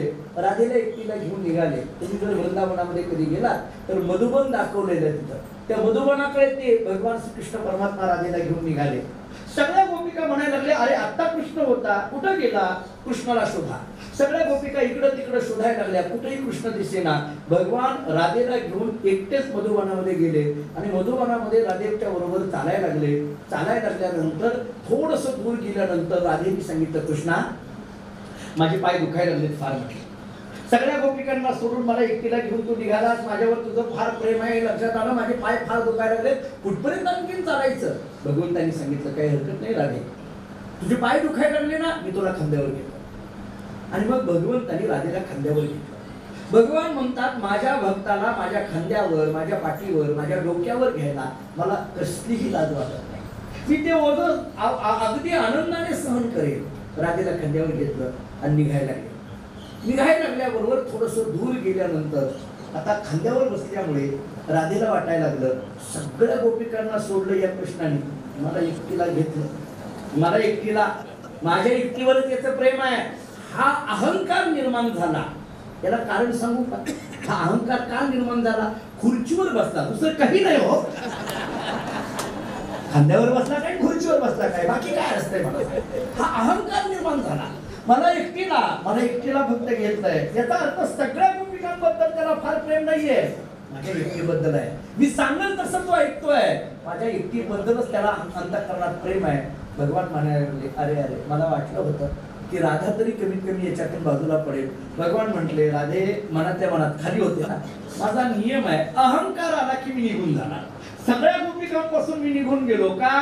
त्यांच्या मनात काय आला? अहंकार. तुझ्या मनामध्ये सुद्धा मी तुला खांद्यावर घ्यायला तयार आहे, नाही तू म्हणते मी तुला डोक्यावर बसवायला तयार आहे, पण तुझ्या मनात अहंकार निर्माण झाला ना, मग मी इथं थांबणार नाही. भगवान तिथूनच, आता ही राधा इथं खांद्यावर आहे आणि भगवान एकदम गुप्त झाले. काय झालं असेल राधेचं? एकदम खाली राधा पडली, मोठ्याने खाली एकदम पडली आणि पडल्याबरोबर तिला लागलं, दुखायला लागलं. पण त्याच्याही पेक्षा कृष्ण कुठं दिसेना ना तिला, आणि एकदम ती इकडे तिकडे हाका मारायला लागले, कृष्णा कुठं गेला? अचानक गुप्त झालास, कुठं गेला असं इकडं तिकडं पाहायला लागले. पाहायला लागल्यानंतर बाकीच्या ज्या गोपिका होत्या, कोणत्या की ज्यांच्यापासून कृष्ण बाजूला निघाला होता, त्या गोपिका सुद्धा कृष्णाला शोधत इकडून तिकडून शोधत त्या मधुबनामध्ये आल्या. आणि मधुबनामध्ये आल्याबरोबर त्या सगळ्या गोपी, सगळेजण कृष्णाला शोधतोय, पण कृष्ण भेटत नाहीये. आपल्यात कोण नाही याचा विचार करा. म्हटले राधा नाही, याचा अर्थ नक्की राधेबरोबर कृष्ण असला पाहिजे. म्हटले मग चला शोधा. आणि थोडं मधुबनामध्ये आतमध्ये प्रवेश केल्याबरोबर दुसऱ्या एका गोपिकेने सांगितलं, बघा म्हटले, इथं 4 पावलं आहेत म्हटले, इथं दिसायला लागले, ते मातीमध्ये पावलं उमटलेली दिसतात ना, बघा म्हटले, इथं हे 1-2 पाऊल आणि हे 1-2 पाऊल आहेत, कोण असले पाहिजे? त्याच्यातली जी ज्येष्ठ गोपिका आहे तिने सांगितलं, मी तुम्हाला म्हटलं होतं ना की नक्की 2 पावलं राधेचे आहेत आणि हे 2 पावलं कृष्णाचे आहेत. म्हटले ज्या अर्थी हे पावलांचे ठसे दिसत आहेत ना, नक्की आतमध्ये दोघं असले पाहिजे. आणखी चला जरा पुढे गेल्यानंतर 4 पावलांचे ठसे नव्हते, आता 2च दिसायला लागले. म्हटले 2च आहेत म्हटले, पण तेवढ्यात एका ज्येष्ठ गोपिकेने सांगितलं 2च आहेत, पण काय आहे, जरा रुतलेले आहेत. हे काय आहे अर्थ कळे ना, दुसरे 2 पावलं दिसेना, एवढेच 2 पाऊल दिसायला लागले. त्याच्यात एका ज्येष्ठ गोपिकेने सांगितलं, मला असं वाटतंय की इथून पुढं भगवंताने राधेला खांद्यावर घेतलं, ओझ्यामुळे त्याचे पाय रुतलेत. म्हटले किती भाव काढलेत बघा भागवतामध्ये. इथून पुढं भगवंताने खांद्यावर घेतलंय, आणखी नक्की इथं कुठंतरी असेल. जरा पुढं चला आणि थोडं पुढं गेल्यानंतर एका झाडाच्या जवळ विवळत असलेली राधा या सगळ्या गोपिकांनी पाहिली. आणि विवळत असलेली राधा पाहिल्याबरोबर त्या सगळ्या गोपिका राधेच्या जवळ आल्या आणि राधेला म्हणायला लागल्या, अगं राधे, आम्हाला असं वाटलं होतं आमच्याजवळ कृष्ण नाही, तुझ्याजवळ असेल, आणि म्हणून तुझ्याकडे आम्ही आलो, आणि तूही इथं विवळायला लागली, कुठं गेला कृष्ण? त्या राधेने सांगितलं, माझ्याजवळ होता म्हटले, पण आता हा माझ्यापासून अचानक पद्धतीने गुप्त झाला. असं मग कुठं गेला असेल? म्हटले हाका मारा, कृष्णा म्हणून हाका मारायला लागल्या सगळ्या गोपिका, परंतु भगवान कुठूनच येईना. तेवढ्यात राधेने सांगितलं, अशी हाक मारू नका, हे कृष्णा म्हणून हाक मारू नका, का? त्याला काहीतरी बिरुदावली लावा. म्हटले त्याला काहीतरी लावा, एकेरी उल्लेख केल्यानंतर येत नाही, त्याला ह ब प परमपूज्य गुरुवर्य असं म्हणावं लागतं. म्हटले माननीय अमुक तमुक लाडके नेते ज्येष्ठ नेते असं सगळं म्हणावं लागतं. काहीतरी त्याला अगोदर लाभा म्हटले. असं उगीच नुसतं एक हाक मारली तर जमेल का? कुठे आता आल्यानंतर अगोदर इंद्रजित सर कितीतरी वेळा म्हणत असतात हरिभक्ती परायण गुरुवर, म्हणून मी येतो. त्यांनी फक्त म्हणू त्या जयवंताला कशाला येतोय मी इथं. बोलायला लागतात, त्यांचं सगळं विरोधावली लावतात. हा माणसाला की आवडतं. आणि मग त्या राधेने सांगितलं असं एकेरी कृष्णा कृष्णा कान्हा असा हाक मारू नका, त्यांना काहीतरी लाभा विरोधावली. काय लावायची ग राधे? राधेने हाक मारली, कान या रे जग जेठी देवी भेटी एक वेळा. जग जेठी म्हटलं, कान या रे जग जेठी. राधा भगवान श्रीकृष्णाला हाक मारते आहे. ती कशाने हाक मारते? जग जेठी. जग जेठी या शब्दाचा अर्थ आहे जगाचा मालक. जग जेठी या शब्दाचा अर्थ आहे जगाचा स्वामी. जग जेठी या शब्दाचा अर्थ आहे जगाचं मूळ कारण. जग जेठी या शब्दाचा अर्थ आहे जगाचं मूळ अधिष्ठान, जगाचा मालक. हे कृष्णा तू कोण आहेस? जगाचा मालक आहेस, जगाचा स्वामी आहेस, जगाचं अधिष्ठान आहेस, जगाचं कारण आहेस. आमची एक विनंती आहे तुला. काय? देवी भेटी एक वेळा, एकदा भेट दे, एकदा भेट दे. एक वेळा भेट देई हे सुद्धा फार महत्वाचं आहे. देवी भेटी एक वेळा, आता एकदा आम्हाला भेट दे. कोणीतरी विचारलं राधेला, अगं पण तुझ्यापासून गेला कसा काय? तू एवढ्या हाका मारायला लागली. राधेने सांगितलं, काय मोकली वनी सावजानी वेडी. मला मुद्दा इथं होता. काय मोकलीले वनी. वनी या शब्दाचा अर्थ मी या वनामध्ये अडकले. आणि कोणत्या वनामध्ये अडकले हेही महत्वाचं आहे. आणि सावजानी वेडीले, मला सावजाने वेढून टाकलेला आहे. आता ऐका, वन आणि सावज हे दोन शब्द तुमच्या रोजच्या पाठात काही ऐकण्यात. वन म्हटलं की त्याच्यामध्ये सावज असतं. हे वन तरी कोणतं आहे? राधा एका साधक भूमिकेतून बोलते आहे. राधा तुमची आमची भूमिका घेऊन बोलते आहे. राधा म्हणते आहे, काय मोकलेली वनी. कोणतं वन आहे? हे वन आहे ते विषयांचं वन आहे. शब्द स्पर्श रूप रस गंध या पंचविषयाचं वन आहे. याला ज्ञानेश्वरीचा आधार मी तुम्हाला दिला, जे तो विषयांची दाट झाली. ज्ञानेश्वरीचा आधार जे तो विषयांची दाट झाली. आणि याच्यात ते सावज कोणते आहेत? माझी काम क्रोधांची सांकळी. काम क्रोध लोभ मद मत्सर दंभ अहंकार हे सगळे सावज आहेत. राधा म्हणायला लागली, मी या जरा हे रूपक बाजूला काढा, जरा साधक अवस्थेत घ्या. हा जो जीव आहे, हा जीव या शब्द स्पर्श रूप रस गंध या विषयामध्ये अडकला. काम क्रोध लोभ मद मत्सर दंभ अहंकार या विकाराने ग्रस्त होऊ लागला. राधा म्हणायला लागली, याच्यामध्ये मी अडकल्यामुळे मी हाक मारते आहे, देवी भेटी एक वेळा, एकदा भेट दे. कोणीतरी एका गोपिकेने विचारलं, राधे तो फार लांब आहे का ग? तो फार लांब आहे का ग? आणि इथून गेला म्हणजे तरी नेमकं कुठं गेला असेल? तो हाका मारायला लागली, पण तुझी हाक तरी त्याला ऐकू जाते का? हाका मारायला लागलीस मान्य आहे, पण हाक कुणाला मारावी? कमीत कमी त्या हाक ऐकू जावी इतक्या अंतरावर तो असावा, त्याला मारावी ना. आता अमेरिकेमध्ये जर एखादा माणूस असेल आणि हिता हाका मारून काय उपयोग आहे? आपण हाक मारायला आपल्या या मंगल कार्यालयात आपण बोलतो, मग आपण इथून कमीत कमी आपली हाक तिथपर्यंत जाते. आपण ओरडून सांगू शकतो, अरे त्याचं अमुक अमुक नाव घेऊन तिकडे ये.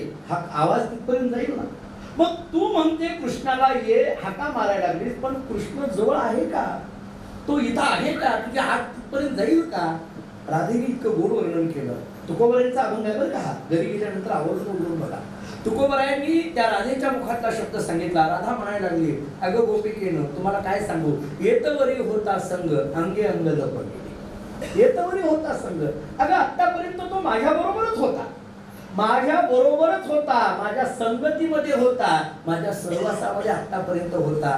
मग अंगे अंग लपविले, अंगे अंग लपविले. इथला अंगे शब्द काय आहे आणि अंग शब्द काय आहे? थोडा तत्वज्ञानाचा विचार सांगतो, ऐका. अंगे ही विभक्ती सप्तमी विभक्ती आहे. मराठी व्याकरणाच्या दृष्टीने अंगे ही सप्तमी विभक्ती आहे. आणि सप्तमी विभक्तीचा अर्थ होतो आत किंवा मध्ये. याचा अर्थ अंगे या शब्दाचा अर्थ आहे अंगामध्ये अंग लपविले. अंगामध्ये अंग लपविले या शब्दाचा अर्थ काय? अंगामध्ये म्हणण्यामध्ये निर्गुण आणि अंग म्हणण्यामध्ये सगुण. म्हणजे जो येतवरी होता संग, जो सगुणाचा तो सगुण आता अंगामध्ये लपविले म्हणजे निर्गुण रूपाने झाला. याचा अर्थ तो निर्गुण म्हटलं की व्यापक आहे. याचा अर्थ मी जे हाक मारते ना तो इथंच आहे, कुठंच आहे. तो काही लांब गेलेला नाहीये, कारण निर्गुण म्हणजे माझ्या जवळ आहे. का जवळ म्हणायचं? कारण निर्गुण नाही अशी जागा नाही, ते व्यापक आहे ना. निर्गुण या शब्दाचा अर्थ व्यापक, निराकार या शब्दाचा अर्थ व्यापक, ते इथंच कुठंतरी आहे. आणि म्हणून मी हाक मारते आहे, येतवरी होता संग अंगी अंग लपविले कान यारे जगजेची देवी भेटी एक वेळा. सरते शेवटचा एक महत्वाचा प्रश्न आपल्या नामदेव यांच्या तिसऱ्या चरणाकडे घेऊन जाण्याचा आता महत्वाचा आहे. आता ऐका फक्त. त्या सगळ्या गोपिका एकत्रित आलेल्या, त्या सगळ्या गोपिकांनी सांगितलं राजे जरा शांत हो. मोठ्याने हाका मारायला लागली, रडायला लागली, तू जरा शांत हो म्हटलं. मोठ्याने हाक मारतात, रडतात. जर आपल्याला आता भगवंताकरता रडणं वेगळं, आता आपण कधी कधी ते मेलेल्या माणसात तिथं एक रडणं फार वेगळं आहे. ते कुठं कोर्स असतो कोणाच ठाऊक महाराज. मला लहानपणापासून कुतूहल काय कुठलं बाया काढतील काय म्हणून रडतील. पण ते गंमत अशी असते महाराज, त्या स्वतंत्र बाया ठरलेल्या आहेत तसलं रडण्याकरता. ते शब्द सुद्धा त्यांनाच माहीत असतात, बाकी त्याला माहीत नसतात. ते कुठून काढतात कसे काढतात सांगता येत नाही. काय गमतीला असतात ते सगळं. मी एका महाराजांच्याच माहितीला गेलो, तिथं गेल्यानंतर एक बाई म्हणायला लागली 2-2 तास प्रवचन कर. आता बोला की, आता बोलत असले बोलून बोलून तर गप्पच नाही ती, आता बोलतोय. 2-2 तास तुम्ही प्रवचन करत होता, 2-2 तास तुम्ही कीर्तन करत होता, आता बोला, आता कशात बोलतो. टाकत असतात. एक बाईने सांगितलं, अहो माझ्याकडे जरा तरी बघा की. आता बघून बघून तर त्याला डोळे बंद केले.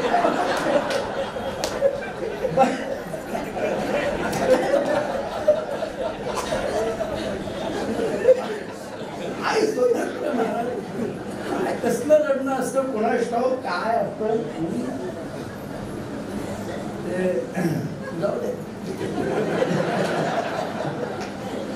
जुने कीर्तनकार सांगायचे. ओके, आठवलं म्हणून सांगतो, फार मनावर. सासूसाठी सून रडे आणि आईसाठी लेक रडे, याच्यावरनं सांगायचं. ते सासू गेल्यानंतर सून रड, ते फार गमत असते रडणं. ते रडणं म्हणजे मी आता असं बोलत नाही, मंगळ वेळात ना अजिबात बोलत नाही. मला उद्याचा दिवस काढायचा आहे अजिबात नाही. ते जुने कीर्तनकार, मी लहानपणी आम्ही कीर्तन आहे, त्या जुने कीर्तनकारांनी सांगितलं, म्हटलंय 2 सुना होत्या, त्या रडायला लागल्या. आणि मग ते त्या गावात पद्धत होती, त्या मृतात जी काही प्रेत आहे त्याच्याबरोबर जायची. कुठल्या पद्धत असते कुठं नसते. ते निघाल्या त्या प्रेतयात्रेमध्ये आणि ते एका जांभळाच्या खालून निघाल्या. ते जांभळं बघितल्याबरोबर एका सुनांनी दुसऱ्या सुनेला सांगितलं किती काळं निळं. बाकीच्या लोकांना वाटलं शरीर काळं निळं पडलं. तिनं सांगितलं जांभळ काळं निळं. ते दुसऱ्या सुनेने बरोबर ओळखलं. तिनं सांगितलं आता नको, येते वेळ. महाराज पण ही राधा आहे, भगवान श्रीकृष्ण परमात्मा करता रडते, अंतःकरणापासून रडते आहे, हका मारते आहे. कान यावे जग देई भेटी काय मुख दिले बरी सावजानी वेढिले येतवरी होता संग अंगी अंग लपविले. हे कृष्णा तू इथंच आहेस. सगळ्या गोपिका एकत्रित झाल्या आणि सगळ्या गोपिकांनी राधेंना विचारलं, राधे हे सगळं जाऊ दे ग, आम्हाला फक्त एका प्रश्नाचं उत्तर दे. कृष्ण तुझ्यापासून दूर गेलाच का? त्याचं कारण काहीतरी घडलं असेल. विनाकारण माणूस आपल्यापासून जात नाही. ज्यावेळेस माणूस आपल्यापासून जातो काहीतरी आहे, काहीतरी घडलं. काय कारण? का बाजूला गेला कृष्ण? तुझ्यापासून का बाजूला गेला? राधेने त्याचं उत्तर महत्वाचं आहे. राधेने सांगितलं काही नाही, म्हटलं माझ्याकडे एक चूक झाली. राधा म्हणायला लागली, गोपिकानो माझ्याकडून एक चूक झाली आहे आणि त्या चुकीमुळे तो गेला. काय चूक झाली? राधेने सांगितलं, तुका म्हणे पाहिले मागे एवढ्या वेगी अंतरला. राधा म्हणायला लागली, पाहिले मागे एवढ्या वेगी अंतरला. एवढ्या वेगी अंतरला या शब्दाचा अर्थ आहे दूर गेला. अंतरला म्हणजे माझ्यापासून तो दूर गेला, अंतर पडलं त्याच्यात आणि माझ्यात. का? पाहिले मागे, मी मागं पाहिलं. मागं पाहिलं या शब्दाचा अर्थ काय? आता याचे अनेक कंगोर आहेत, मला जास्त विस्तार करायचा नाही. पण ती राधा सांगायला लागली सगळ्या गोपिकांना, काही नाही, माझ्याकडून एक चूक घडली. जेव्हा कृष्णाने मला खांद्यावर घेतलं तेव्हा माझ्या मनामध्ये अहंकार निर्माण झाला आणि माझ्या मनात निर्माण झालेला अहंकार भगवंताला माझ्यापासून दूर घेऊन गेला. एवढीच माझ्याकडनं चूक झालेली आहे.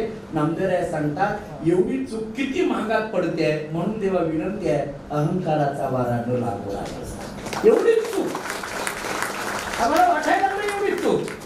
पण राधेचं उदाहरण भागवतातून आम्हाला सांगताय की राधेकडून झालेली कोण राधा आणि कोण कृष्ण, की ज्या राधेला कृष्णाशिवाय दुसरा विषय नाही, ज्या श्रीकृष्णाला राधेशिवाय दुसरा विषय नाही, अशी राधा म्हणते आहे माझ्याकडून एक चूक झाली, माझ्याकडून एक अंतःकरणामध्ये माझ्या एक सूक्ष्म अहंकार निर्माण झाला आणि तेवढ्या चुकीमुळे देव माझ्याकडून दूर गेला.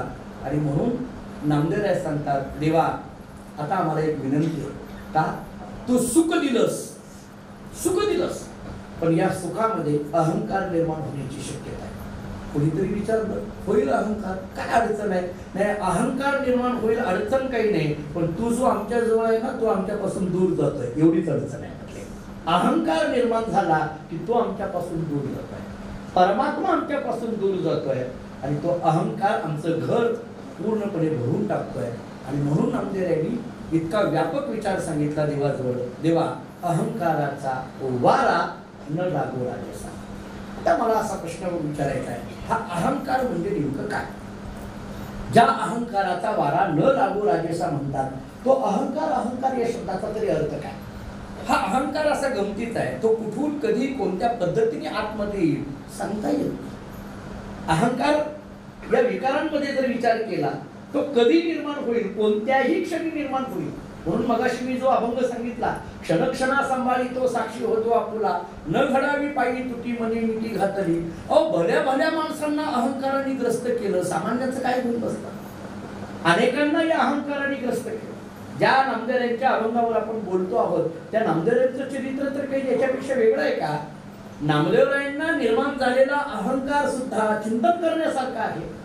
नामदेवरायांना निर्माण झालेला अहंकार ते आपल्याकडे जी काही परंपरेने कथा सांगितली जाते, वाळवंटामध्ये सर्वजण बसलेले होते किंवा ज्ञानोबाराय तुकोबाराय करून ज्ञानोबाराय निवृत्तीनाथ महाराज, सोपान काका, मुक्ताबाई आदी करून चौघं भावंड ज्यावेळेस आळंदीहून पंढरपूरला आल्यानंतर महाद्वारामध्ये नामदेवांची गाठ पडली.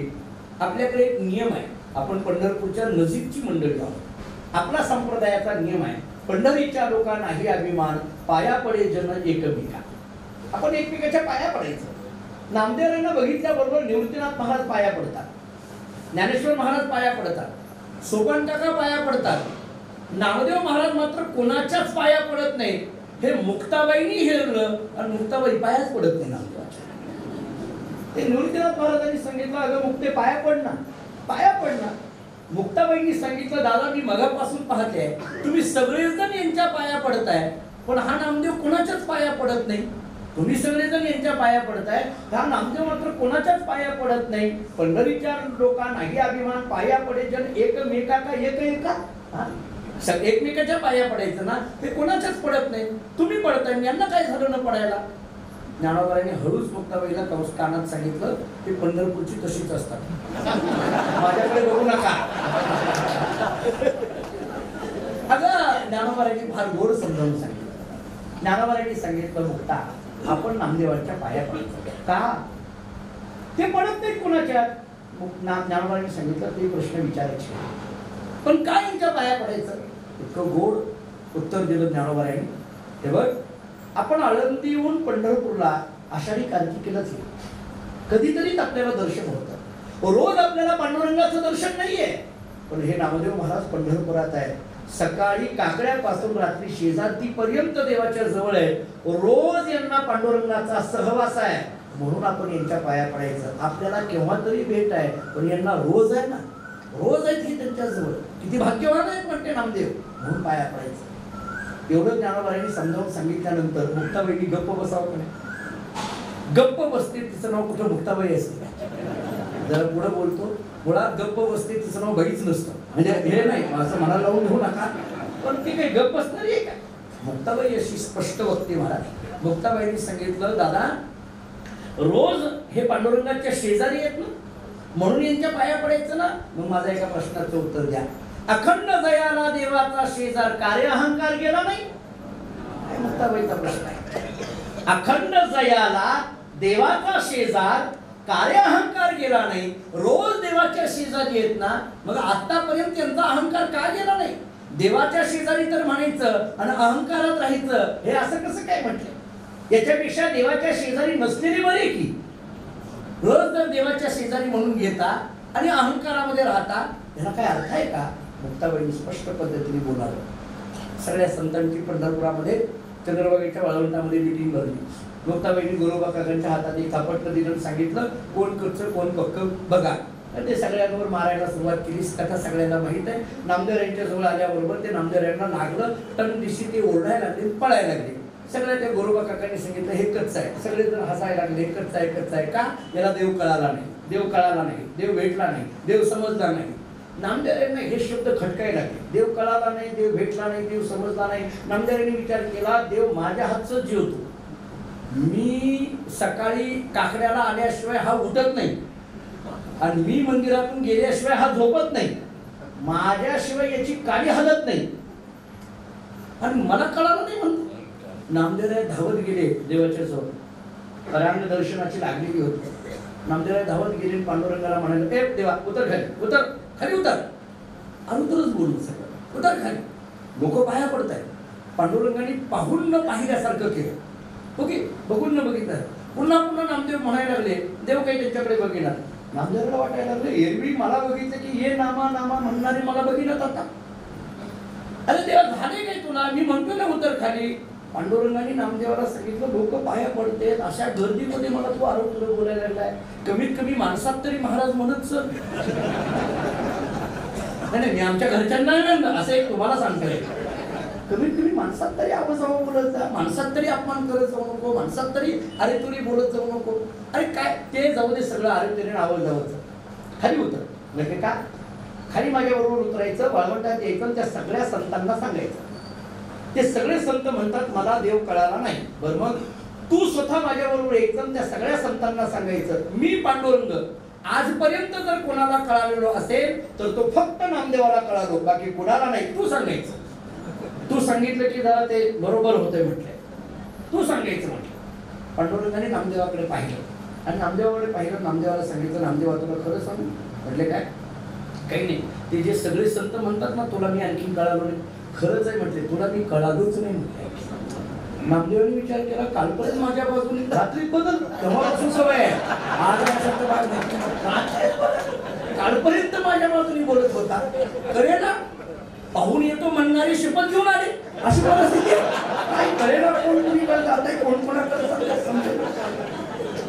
असं कसं काय देवा, असं कसं काय बोलायला लागलास तू?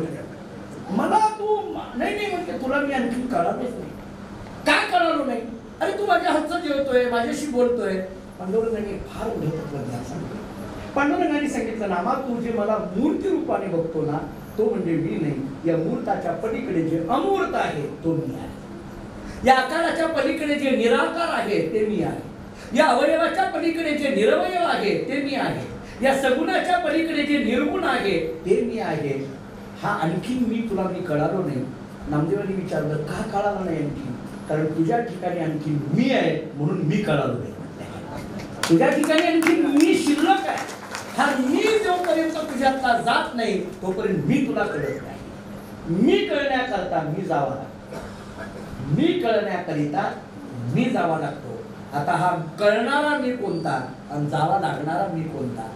जो देहाच्या संबंधाने असलेला मी तो जायचा असेल तर आत्म्याच्या संबंधाने असलेला मी कळावा लागतो. मी वासुदेव तत्वता कळो येईल विचारिता अहम ब्रह्म अस्मि अयम आत्मा ब्रह्म प्रज्ञानम ब्रह्म तत्वम असी या महावाक्याचा चिंतन जरा डोळ्यासमोर घ्या. तिथला जो मी आहे, हा जो मी आहे आत्मतत्वाच्या संबंधाने असलेला मी आहे तो कळायचा असेल तर हा देहाच्या आकाराच्या संबंधाने असलेला मी जावा लागेल. थोडक्यात काय, अहंकार निवृत्त व्हावा लागेल. त्याच्याशिवाय परमतत्वाचा साक्षात्कार होत नाही. आणि म्हणून नामदेव यांनी व्यापक विचार सांगावा, देवा अहंकाराचा वारा न लागू राजेसा. अहंकाराचा वारा न लागू राजेसा. एक विचार. आता आणखी पुढे मला बोलायचं, अहंकाराचा वारा न लागू राजेसा असं म्हणत असताना हा जो अहंकार बघा, तुम्ही तुकोबरेचे शब्द सांगतो तुम्हाला. तुकोबरेचे शब्द इतके गोड आहेत या संबंधाने. तुकाराम महाराज एके ठिकाणी असं सांगतात, त्याग करायचा असेल तर कशाचा करा, त्याग तरी ऐसा करा अहंकारा दवडावे. महाराजांचे शब्द, त्याग तरी ऐसा करा अहंकारा दवडावे. तुम्हाला त्याग करायचा आहे ना, अहंकाराचा करा. अन्य गोष्टीचा त्याग झाला अथवा न झाला, बऱ्याचदा माणसं घराचा त्याग करतात, बऱ्याचदा माणसं एखाद्या गाडीचा त्याग करतात, एखाद्या आश्रमाचा संस्थेचा त्याग करतात, पण त्या संबंधाने असलेल्या अहंकाराचा त्याग करतात. मी जरा थोडं स्पष्ट पुढचं बोलतो. आपण या सगळ्या उपाधीमध्ये जरी राहिलो तरी याच्यामध्ये अहंकार निवृत्त होऊन जर राहिलो तर त्याच्यासारखं सौख्य दुसरं कशातच नसतं. आणि मग जोपर्यंत हा मी आहे तोपर्यंत माणसाला तो दुःख देणारा ठरतो. हा मी माणसाला त्रासदायक ठरतो. हा कोणत्या ना कोणत्या तरी रूपाने माणसाला अधपतित करतो. पण हा मी कसा निर्माण होईल सांगता येईल. मी अनेक वेळेला सांगत असतो, म्हणजे बऱ्याचदा काही काही वेळेला आम्हाला लोक कीर्तनाला बोलवतात. मग आम्ही अनोळखी गाव असेल आणि कीर्तनाला गेलो तर मग काही वेळेला आम्हाला अगोदर प्रवास उरकला आणि आम्ही अगोदर गेलो. मी एका गावाला लवकर गेलो. लवकर गेल्याबरोबर आता लवकर जाणं चांगलं का वाईट? चांगलंच ना हो. पण त्या गावातल्या लोकांनी विचारलं, महाराज लवकर आलात आता? म्हणजे त्यांना महाराज लवकर आलेला आवडत नाही, त्यांना वेळेवर आलेला आवडतं. अहो पुण्यात तर अशी परिस्थिती आहे, 7 ते 9 ची कीर्तन असतील तर कोणत्या महाराजांना बोलवायचं? जे बरोबर 6:45 येतात तर 9:15 निघून जातात, त्यांनाच बोलवायचं. बाकी त्यांचा उठा ठेवा काही करायचा. मी एके ठिकाणी कीर्तनाला पुण्यामध्ये गेलो, फार मला ट्रॉफिकमध्ये अडकलो आणि 7 ते 9चं कीर्तन मी बरोबर 7 वाजता पोहोचलो. ज्या घरी मला व्यवस्था केली होती मी तिथे गेलो आणि मग त्या लोकांनी सांगितलं महाराज उशीर झाला. मी म्हटलं काही हरकत नाही, आता तुम्ही कीर्तनाला सुरुवात करा. म्हणून मी फेटा बांधायला लागलो. त्या घरातल्या जी बाई होती ती बाई माझ्याकडे आली पाणी वगैरे घेऊन. ते म्हणाले की अहो महाराज किती उशीर लावला? मी म्हटलं ट्रॉफिकमध्ये अडकलो. अहो आम्ही सगळी स्वयंपाकाची व्यवस्था करून ठेवली होती, तुम्ही अगोदर जेवणार? म्हटलं हो जेवणार होतो, पण आता काय करू, ट्रॉफिकमध्ये अडकलो, आता कीर्तन करतो. बरोबर काही का असे ना, पुढल्या वर्षी येताना अगोदर जेवायला या बरं. म्हणजे या वर्षी तर तिने विचारलं नाही, म्हणजे कीर्तन करून तुम्ही जेवायला या अमुक तमुक काही सांगितलं नाही. पुढल्या वर्षी सांगून टाकलं. गंमत अशी आहे महाराज. मी तिथं कीर्तनाला गेलो, तासभर अगोदर गेलो.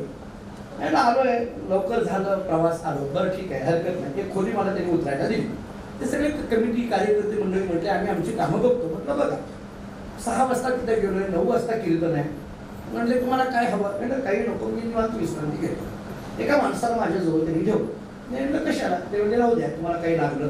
म्हटलं काही लागणार नाही मला. 8 वाजता तुम्ही जेवायला बोलवलं तरी बस पुष्कळ झालं. 9ला कीर्तन करतो, 11ला झालं की मी निघतो. नाही याला राहू द्या. अहो म्हटलं काय गरज आहे? तुम्हाला सांगू का, माझ्याजवळ एका माणसाला ठेवलं. कोणत्या माणसाला?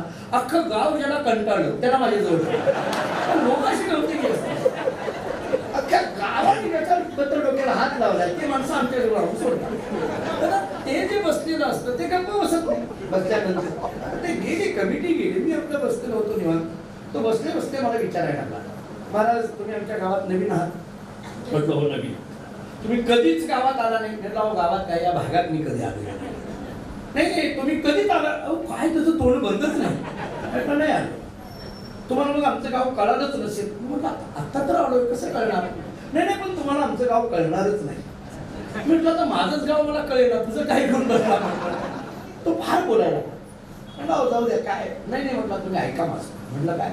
आमच्या गावात कोणाला विद्वत्तेचा अहंकार आहे, कोणाला सत्तेचा अहंकार आहे, कोणाला संपत्तीचा अहंकार आहे, कोणाला परिवाराचा अहंकार आहे, कोणाला कुटुंबाचा अहंकार आहे. म्हटलं अहो सगळं खरं, तुम्ही मला का सांगायला लागला? तो म्हटला नाही तुम्ही फक्त माझ्याकडे बघा, आपल्याला कशाचाच अहंकार नाही, हा सुद्धा एक अहंकार आहे, एवढं सांगायचं. बाकी काही माणसं किती सूक्ष्म पद्धतीने अहंकार आहे.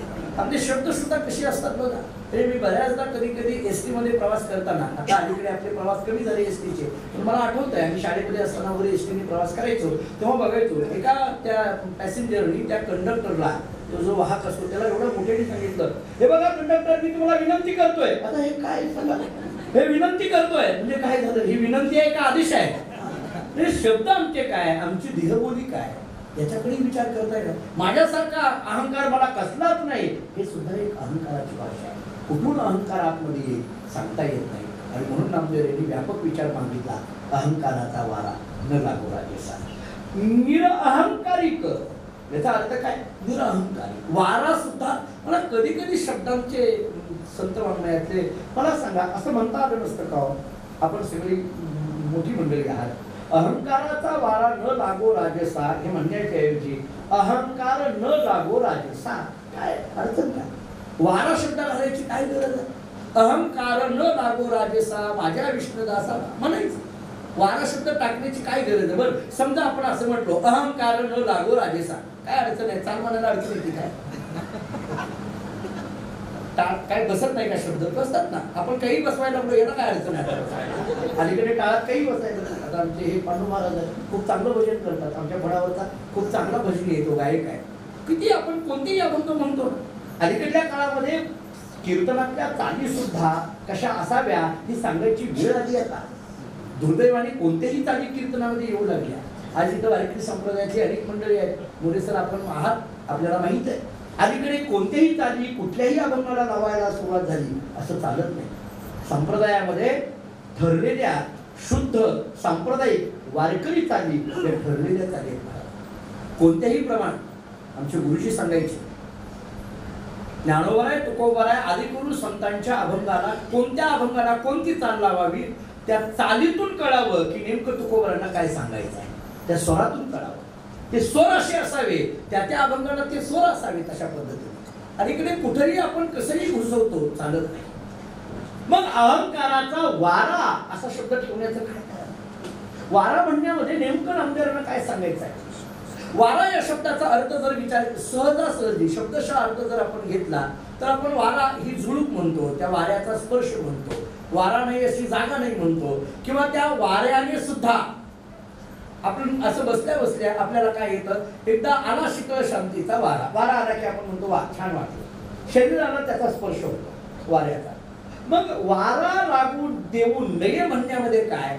हा वारा कोणता? नामदेवांनी सांगितलं अहंकाराचा वारा न लागू राहायचा. का? कारण त्या वाऱ्याने सुद्धा, याचा अर्थ अहंकार तर येऊच नये पण त्या अहंकाराचा वारा सुद्धा लागू नये हा अर्थ आहे. अहंकार तर येऊच नये पण त्याचा वारा सुद्धा लागू नये. का? वाऱ्यातून सुद्धा अहंकाराचा वारा जरी निघाला आणि त्याचा स्पर्श जर याच्या शरीराला झाला तर याच्यामध्ये अहंकार निर्माण होण्याची शक्यता आहे आणि याचं अधःपतन होण्याची शक्यता आहे.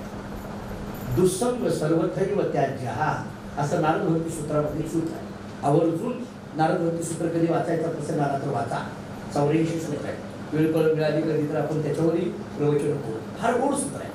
दुस्संग सर्वथैव त्याज्यः, याचा अर्थ सांगू. दुस्संगः सर्वतः एव त्याज्यः. सर्वतः एव त्याज्य. एव या शब्दाचा अर्थ एवाकार फार महत्व आहे. संस्कृत मध्ये एव शब्द खूप महत्वाचा आहे. किती महत्वाचा सांगू? मराठीमध्ये च शब्द जितका महत्वाचा तेवढा संस्कृत मध्ये एव शब्द महत्वाचा. मराठीमध्ये च शब्द खूप महत्वाचा. हे काम झालं पाहिजे हे म्हणणं वेगळं आणि हे काम झालंच पाहिजे हे म्हणणं वेगळं. काम झालं पाहिजे या म्हणण्यामध्ये आणि झालंच पाहिजे या म्हणण्यामध्ये फरक आहे ना. हा च फार महत्वाचा. हा च इतका आपल्याला, मी जास्त वेळ घेत नाही, माझ्यापेक्षा ज्येष्ठ मंडळी इथं आहे. प्रकयात्रेंचं ते च वरचं उदाहरण सगळ्यांनी गाजलेलं आहे. यशवंतराव चव्हाणांची आणि प्रकयात्रेंची झालेली चर्चा या च शब्दाच्या दृष्टीने झाली. मुंबईसह महाराष्ट्र झालाच पाहिजे ही संयुक्त महाराष्ट्राच्या चळवळीच्या वेळेला जे अत्रेंचे शब्द असायचे, झालाच पाहिजे. यशवंतरावांनी सांगितलं हो ठीक आहे अत्रे, मुंबईसह महाराष्ट्र झाला पाहिजे हे ठीक आहे की झालाच, हे च कशा करता एवढं महत्वाचं मांडायला लागला? अत्रेंनी सांगितलं च फार महत्वाचा आहे. का महत्वाचा आहे? अत्रेंनी सांगितलं यशवंतराव तुमच्या आडनावामध्ये जो चव्हाण मध्ये जो च आहे ना तो किती महत्वाचा आहे माहिती आहे ना? तो च काढा म्हणजे काय होते खाली बघा. पण तिथं जसा च महत्वाचा आहे तसं इथं च महत्वाचा आहे. च फार महत्वाचा आहे. मराठीमध्ये च इतका महत्वाचा, संस्कृत मध्ये एव हा महत्वाचा. नारदभक्ती सूत्र सांगतात दुस्संग सर्वथा एव त्याज्यः. मानकोजी महाराज बोधले जी माझी परंपरा, आमची जी मानकोजी महाराजांची परंपरा, त्या परंपरेमध्ये मी 11वी पिढी म्हणून मला जन्माला येण्याचं भाग्य लाभलं. फार गोड इतिहास आहे, फार गोड चरित्र आहे. बार्शी तालुक्यात धामणगावला महाराजांचं संजीवन समाधी मंदिर आहे. आमचं मूळ आडनाव जगताप, पण पांडुरंगाने बोध केला म्हणून बोधले आडनाव पडले. विठोनी एकांती बोधिले म्हणून जगी नाव बोधले. बोधला म्हणे देवा तू मज बोधिले आवडीने ठेविले नाम माझे. माणकोजी महाराजांचं मंदिर जसं धामणगावामध्ये समाधी मंदिर आहे तसं पांडुरंगाने बोध केलेली जागा आजही पांडुरंगाच्या मंदिरात पंढरपूरला आहे.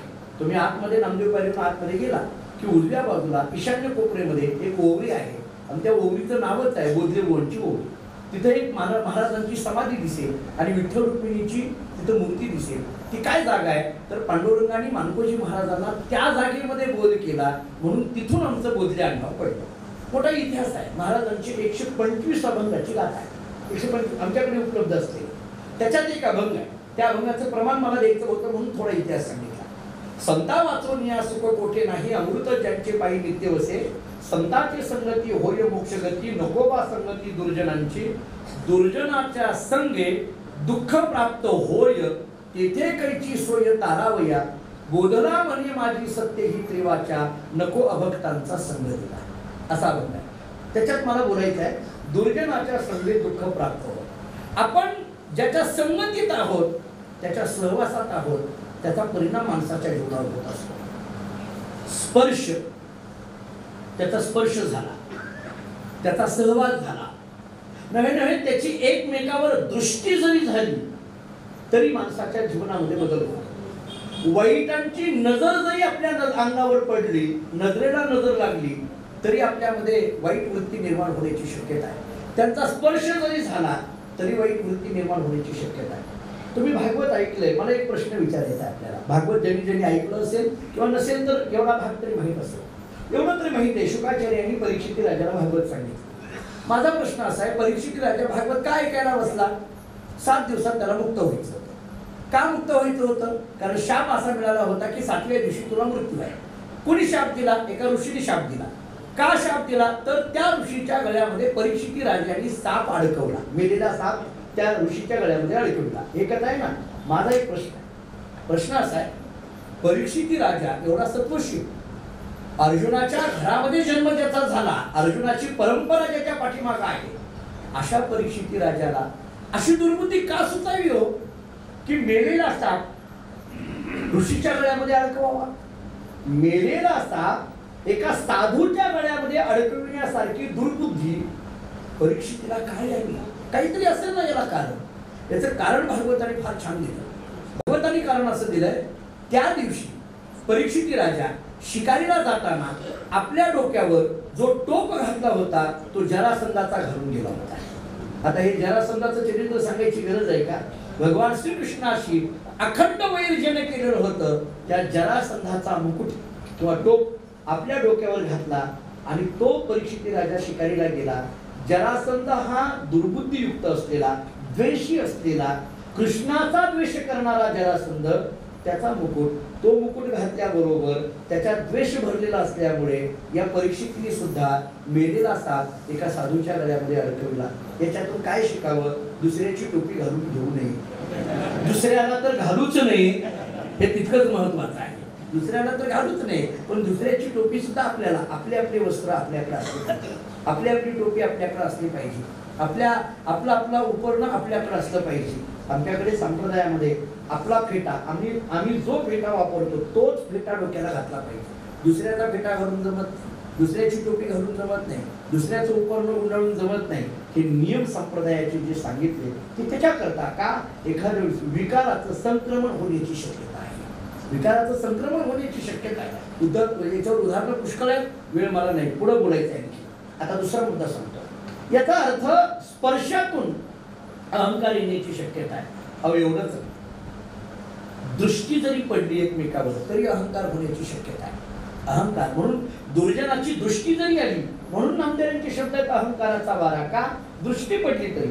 तुम्हाला माहित आहे त्या कोपभवनामध्ये कैकेयी जाऊन बसली. रामायणाचा दाखला देतो. कोपभवन रामायणामध्ये इतकं गोड चिंतन आहे. ज्यावेळेस कैकेयीला राग आला किंवा ती रुसली. आता त्याच्या अगोदरचं पुष्कळ रामायण आहे मला सांगायचं. ती रुसली आणि रुसल्यानंतर ती कोपभवनात जाऊन बसली. आता तुम्ही म्हणाल हे कोपभवन काय? अयोध्येमध्ये त्या नगरामध्ये कोपभवन नावाची एक स्वतंत्र खोली आहे. का ती खोली निर्माण केली? अयोध्येमध्ये नियम असा होता त्या राजांचा की एखाद्या स्त्रीला आता अनेक राण्या ना, जर तिला काही नाराज झाली असेल, तिला जर रुसली तर तिनं असं समोर रुसायचं नाही. त्या कोपभवनात जाऊन बसली की नवऱ्याने ओळखायचं ही रुसली. हे मी अयोध्येचं सांगतोय. आपलं रुसणं तिथंच आहे, फुगणं तिथंच आहे, रुसवा काढणं तिथंच आहे. परत नंतर असं कुठं असतंय का भांड्याला भांडं लागत असतंय म्हणायचं निघायचं. आपलं नाही हे, आपलं 10 बाय 10 खोलीचा संसार, आपलं काय देता. पण हे अयोध्या एक स्वतंत्र खोली. त्या खोलीमध्ये काही जाऊन बसले. ज्यावेळेस हे राजा दशरथाला कळालं तेव्हा दशरथ राजाला वाईट वाटायला लागलं. त्याचं कारण एवढं रामायणाने गोड सांगितलं.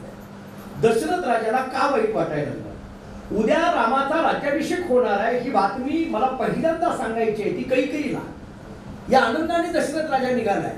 दरबारामध्ये ठरलंय की ही रामाचा राज्याभिषेक करायचा. आणि मग रामाचा राज्याभिषेक करायचा हे ठरलेलं आहे. बरं का करायचा? दशरथाचा तो मुलगा आहे म्हणून करायचा का? असं नाहीये. दशरथ राजांनी सांगितलं त्याला का करायची याची कारण सांगा. तेव्हा त्या नगरवासियांनी सांगितलं राम कसे आहेत? अभिवादनशीलस्य नित्य वृद्धोपसेविनः उपासित लोकाय उपशिक्षितात मने असे राम आहे. राम कसे आहेत? तर जगाची उपासना करणारे आहेत आणि मनाचं संयमन करणारे आहेत, अभिवादनशील करणारे आहेत, नित्य वृद्धोपसेविना आहेत. आणि म्हणूनच रामाचा राज्याभिषेक करायचा. रामाचे एवढे चांगले गुण आहेत म्हणून रामाचा राज्याभिषेक करायचा. रामाकडे गुण आहे. त्या भवभूती नावाच्या एका कवीने असं सांगितलंय रामाकडे पुष्कळ गुण आहेत. रामाकडे गुण आहे पण त्या गुणाच्या ठिकाणी एक अवगुण आहे. त्या गुणाच्या ठिकाणी एक अवगुण आहे. काय अवगुण आहे? हे सगळे गुण एका रामाच्याच ठिकाणी आहेत. हाच अवगुण आहे, बाकी काही नाही. कळालं का? पहा इतके गुण आहेत. राम गुणवान आहे म्हणून त्यांना राजा करायचा आहे. ठीक आहे. दशरथ राजा विचार करतो ही बातमी मला कैकेयीला सांगायची आहे. पण ज्यावेळेस कळतं की कैकेयी कोपभवनामध्ये जाऊन बसले त्याला वाईट वाटतं का? त्याचं पहिलं कारण मला ही पहिली बातमी सांगायची होती पण आता ही मला बातमी सांगता येणार नाही म्हणून. दुसरं कारण सांगू. दशरथ राजा विचार करतो मी माझ्या सूर्यवंशामध्ये, माझ्या रघुकुलामध्ये, सूर्यवंशामध्ये मी राजा झालेली माझी पिढी ही 60वी आहे. 60वा राजा म्हणून अयोध्येचा मी इथं आहे. माझ्या अगोदर 59 राजे होऊन गेलेले आहेत आणि आतापर्यंतच्या आमच्या अयोध्येच्या इतिहासामध्ये एकदाही कोपभवनाचा दरवाजा कोणत्याही स्त्रीने उघडलेला नाही आणि कोपभवनात कोणतीही स्त्री जाऊन बसलेली नाही. याचा अर्थ दशरथ राजाच्या अगोदर 59 पिढ्या झालं घरात एकदाही भांडणं झाली नाही अशी अयोध्या आहे. अयोध्या अशी आहे. एकदाही कौटुंबिक कलह नाही ही अयोध्या आहे. एकदाही कौटुंबिक वाद नाही. पती पत्नीचे, वडिलांचे, भाऊ भावाचे, भाऊ बहिणीचे कसलेच वाद नाहीत अशी ती अयोध्या आहे. आणि मग आजपर्यंत कोपभवनाचा दरवाजा उघडला नाही पण आज मात्र उघडलाय. त्याला वाईट वाटायला लागलं. सगळं बळ एकवटलं आणि दशरथ राजा त्या कोपभवनात जातो. कैकेयीने जे बोलायचं ते बोलायला सुरुवात केली. पुष्कळ मोठा आहे मला थोडक्यात घ्यायचं. आणि मग शेवटी ती 2 वर मागितली. एक रामाला भरताचा राज्याभिषेक आणि दुसरं रामाचा वनवास. भरताचा राज्याभिषेक म्हटल्यानंतर दशरथ राजांनी सांगितलं ठीक आहे पण जो दुसरा वर मागितला रामाचा वनवास हे मात्र त्याला अत्यंत भयावह, त्रासदायक, क्लेशदायक ठरलं आणि अक्षरशः राजा दशरथ खाली जमिनीवर पडला. आणि मग दशरथ राजांनी कैकेयीला विनंती करायला सुरुवात केली. भरताला राज्य ठीक आहे पण रामाला वनवास मागू नको. बाकी काही माग, रामाला वनवास मागू नको. ऐकत नव्हती. रामाला का वनवास मागू नको याची कारण दशरथांनी कैकेयीला ऐकवली. आणि ऐकवत असताना तो म्हणायला लागला राम एवढा चांगला आहे, राम एवढा श्रद्धाळू आहे, राम एवढा मायाळू आहे, राम एवढा प्रेमळ आहे, राम या प्रजेची सेवा करणारा आहे, राम आई वडिलांची आज्ञा पाळणारा आहे. असे सगळे गुणांचं वर्णन सुरू केलं. आणि त्या गुणांचं वर्णन करताना राम राम राम शब्द ऐकल्यामुळे कैकेयीच्या मनावर परिवर्तन झालं आणि कैकेयीला वाटायला लागलं रामाला वनवास हे आपलं चुकतेच म्हटलं. ऐका मी रामायणातला अत्यंत गर्भित अर्थ सांगतो. रामाला वनवास हे आपलं मागणं चुकलंय मग आपण ही मागणी माघारी घेऊया असं कैकेयीच्या मनात वाटलं आणि त्याचा भाव तिच्या चेहऱ्यावर उमटला. कारण मनाचे भाव चेहऱ्यावर उमटत असतात. तिचा चेहरा बदलायला लागला आणि तिचा चेहरा बदलतोय, सात्विक चेहरा होतोय, रामाला वनवासची मागणी माघारी घेण्याचा चेहरा होतोय, हे खिडकीतून मंथरीने पाहिलं. मुद्दा इथं आहे माझा. आता खिडकीतून मंथरीने पाहिलं. एक दोघी जाता जाता सांगू, नवरा बायकोची भांडणं खिडकीतून जी ऐकते तिचं नाव मंथरा. एवढंच मंथरा शब्दाचा अर्थ आहे. त्या काळात एकच होत, आपल्या मंगळवेढ्यात नाही. हसू नका तुम्ही हसताना माझ्यावर अडचण करून ठेवता.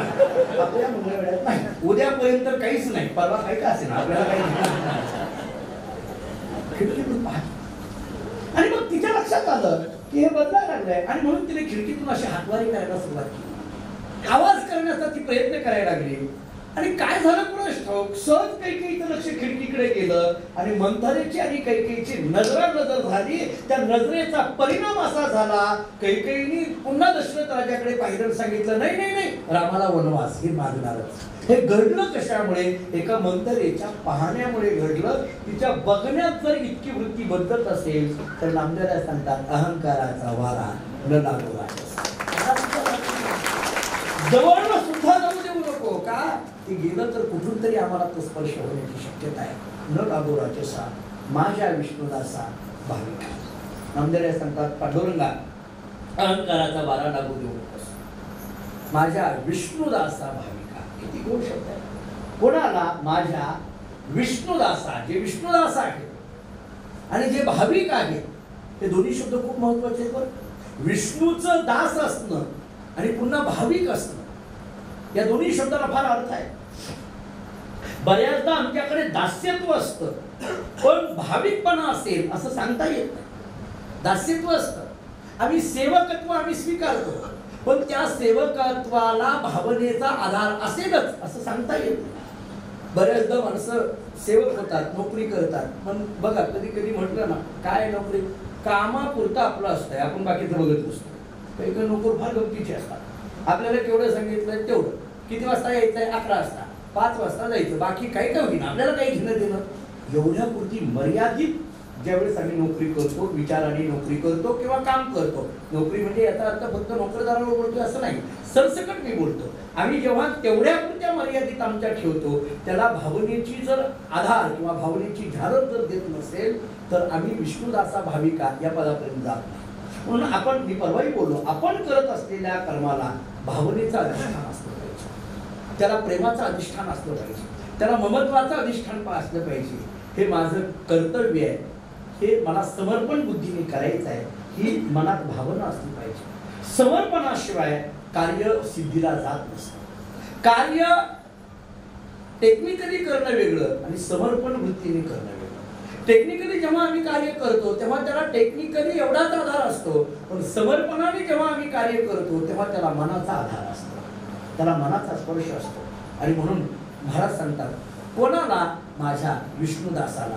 कोण विष्णुदास? की ज्याला भावाने युक्त असलेल्या भाविकत्वाचा आधार आहे. म्हणून विष्णुदास असावं आणि ते भाविक असावं. भाविक या शब्दाचा अर्थ आहे भावाने युक्त. भाविक या शब्दाचा अर्थ आहे भावाने युक्त. आता भाव म्हणजे काय? प्रेम.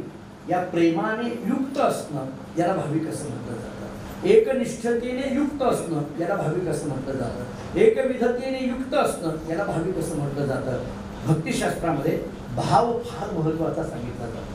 भाव फार महत्वाचा. हे भाव असा गमतीचा आहे, मला अलीकडल्या काळामध्ये कुठेही तो भाव असा शब्द आहे, कसाही चालतो. म्हणजे आपण बघा, कधी कधी लोक काय म्हणतात, तुला आता फार भाव आलाय किंवा आता भाव वाढलाय असंही म्हणतात. भाव वाढलाय, भाव आलाय, तू भाव खायला लागला असं म्हटलं जातं. हे व्यवहारातले शब्द आहेत, पण परमार्थाच्या दृष्टीने अंतःकरणामध्ये भाव निर्माण होणं, अंतःकरणामध्ये विष्णुदास असणं आणि भाविक असणं.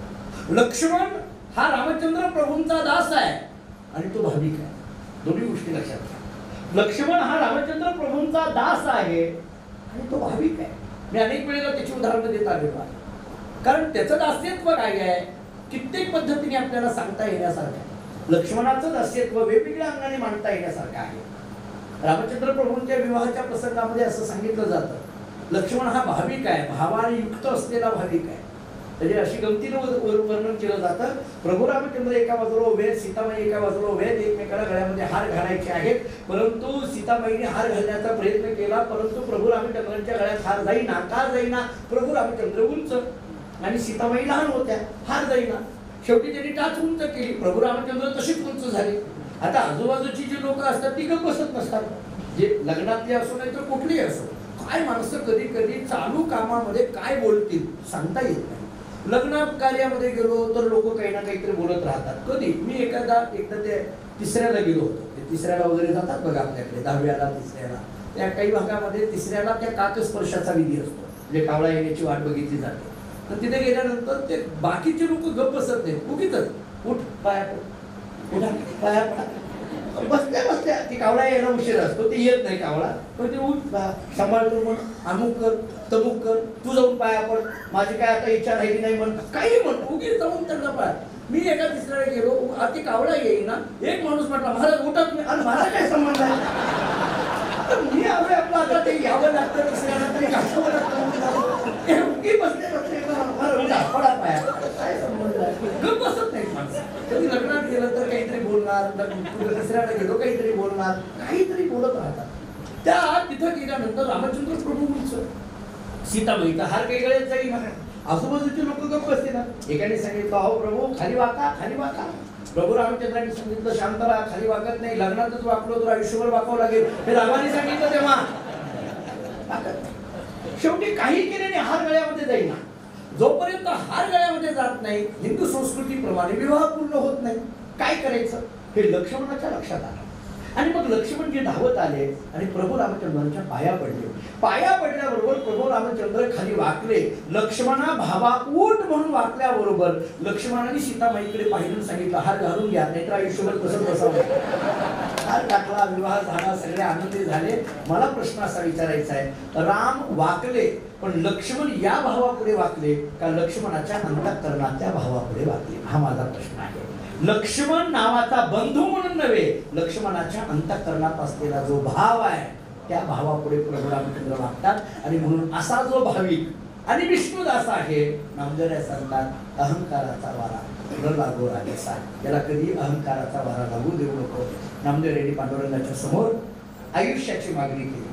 नामदेव रेड्डी पांडुरंगाच्या समोर सुखाची मागणी केली. नामदेव रेड्डी पांडुरंगाच्या समोर निरअहंकाराची मागणी केली. पांडुरंग हे ऐकत होते. पांडुरंगाने विचारलं नामदेवा झालं झालं ना आता तरी? नाही नाही म्हटले देवा, एक दिवस राहिला. झालंच असतं म्हटलंय, पण एक दिवस राहिलाय का म्हटलं. मग आता काय राहिलंय म्हटलंय. नामदेवांनी सांगितलं देवा एक शेवटचं मागणं मागायचं आहे. काय? नामा म्हणता या असावे कल्याण ज्या मुखी निधान पाडवलं. नामदेवांनी सांगितलं देवा एक महत्वाचं मागणं मागतो म्हटले, कल्याण करून टाक, कल्याण करून टाक. कुणाचं? ज्या मुखी निधान पांडुरंग, त्यांचं कल्याण करून टाक. आता इथं नामदेवांना पांडुरंगाला जे सांगितलं कल्याण करून टाक, पांडुरंगाने विचारलं कल्याण करायचं म्हणजे काय करायचं? लग्न करायचं का? काय करायचं याचं? लोकांना वाटतं लग्न झालं की कल्याण झालं. आता ते कल्याण लग्न झाल्यानंतर कळतं. कल्याण करायचं म्हणजे काय करायचं? काय करायचं कल्याण या शब्दाचा अर्थ? कल्याण म्हणजे नेमकं काय? आपण म्हणतो आमचं कल्याण झालं किंवा आमचं कल्याण व्हावं, पण कल्याण हा शब्द व्यवहाराच्या पातळीवर घ्यायचा का कल्याण हा शब्द परमार्थाच्या पातळीवर घ्यायचा? आणि ते कल्याण जर व्हायचं असेल आणि ते व्हावं वाटत असेल तर त्या कल्याणाकरता आम्हाला काहीतरी करावं लागणार असेल ना. ते काय करावं लागणार आहे? ज्या मुखी निधान पांडुरंग. जर मुखामध्ये निधान म्हणजे ठेवा, पांडुरंग म्हणजे नामस्मरण.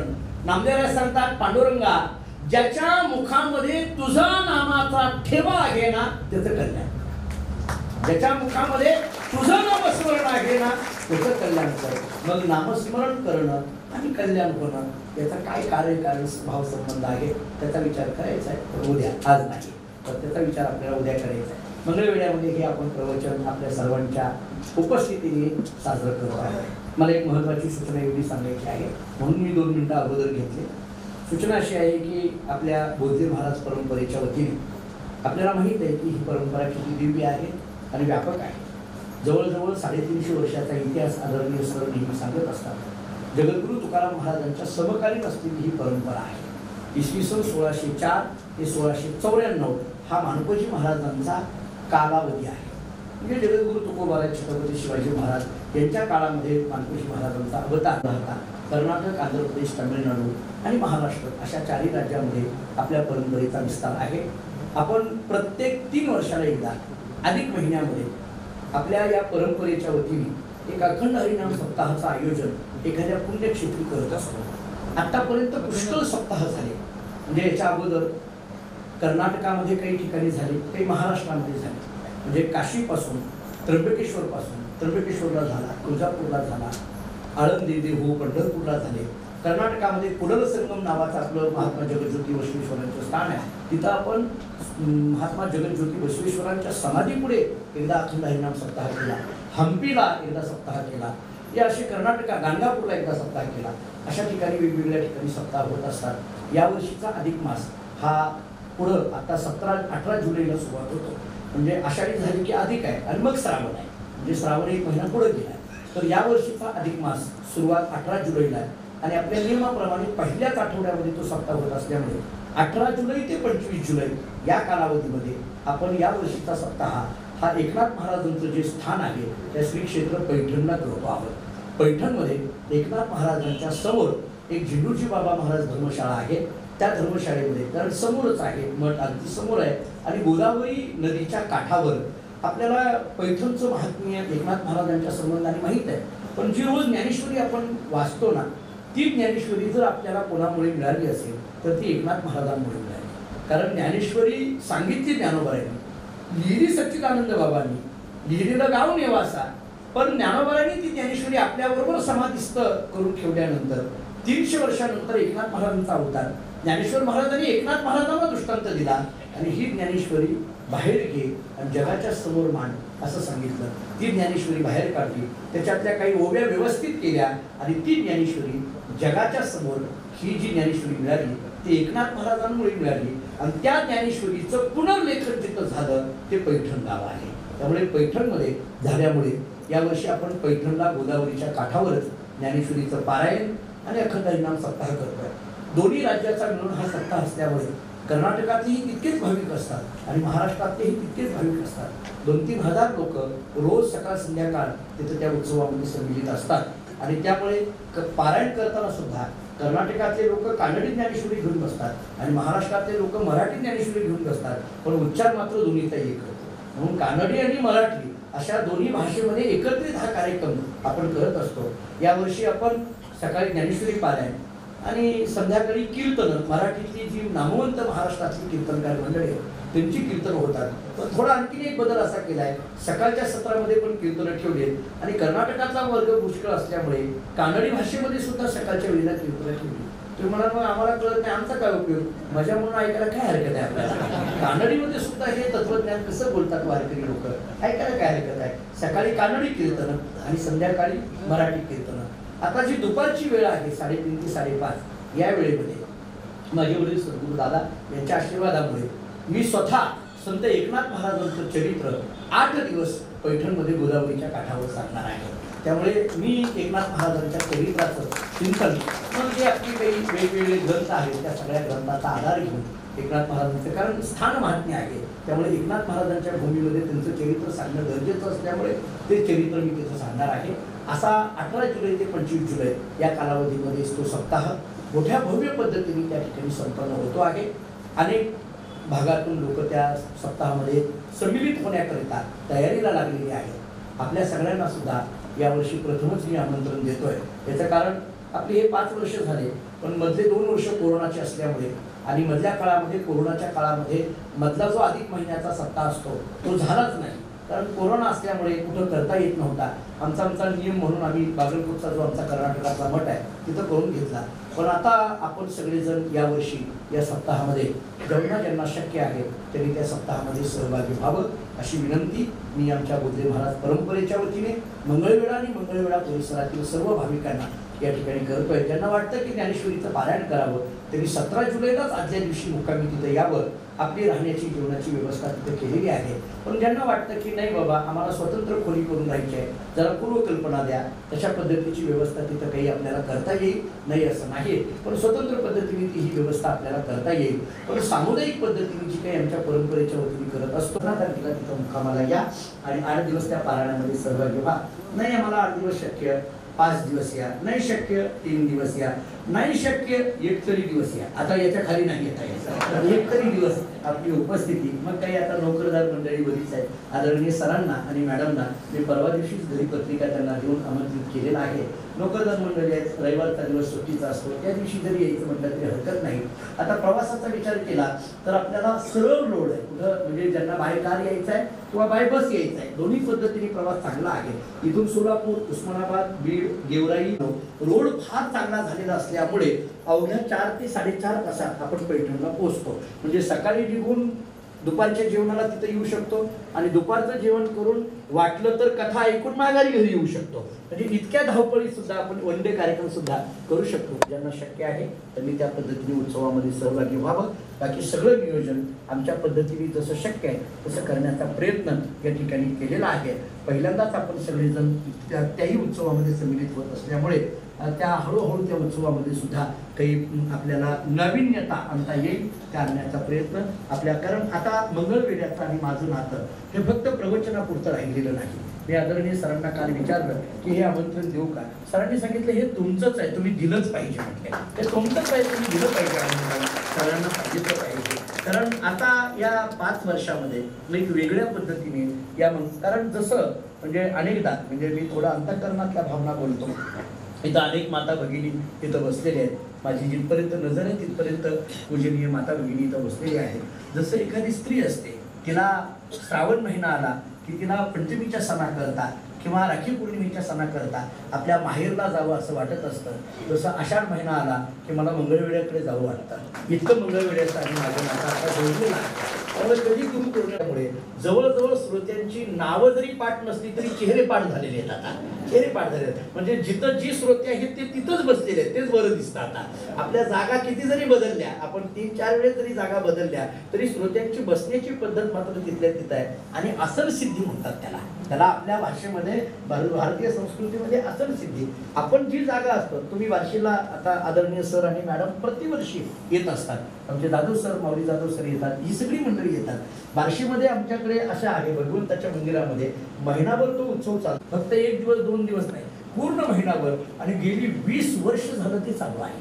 ते काही 1 वर्ष नाही, गेली 20 वर्ष झालं. आदरणीय कदम मॅडम येत आहे, त्यांना माहीत आहे, त्यांचं माहेर बार्शी आहे. त्यामुळे भगवंत मंदिरामध्ये 20 वर्ष झालं जी माणसं ज्या जागेवर असतात ना ती त्याच जागेवर बसलेली असतात. तरी ज्ञान मिळावं आणि आमच्या जीवनामध्ये काही बदल व्हावे, आमच्या कुटुंबामध्ये त्याचं काही परिवर्तन व्हावं. मला आनंद आहे की आज आपण एवढ्या मोठ्या संख्येने इथं असल्यामुळे मला माहित आहे की आपण हे 2 तास ऐकता, पण याची चर्चा मात्र संपूर्ण 22 तास करता. आणि मला वाटतं की तो खरा प्रवचनाचा बदल असतो, तो खरा प्रवचनाचा परिणाम असतो. आणि म्हणून या 2 तासामध्ये मला अनेक जण सांगतात, म्हणजे अनेक जण मंगळवेढ्यात आता माझे अगदी जीवनच झालेले आहेत. ते म्हटले महाराज आम्ही घरी गेलो की जेवता जेवता बायको आम्हाला विचारते काय काय सांगितलं सांगा, आम्ही एक अख्खं प्रवचन करतो म्हटले घरी.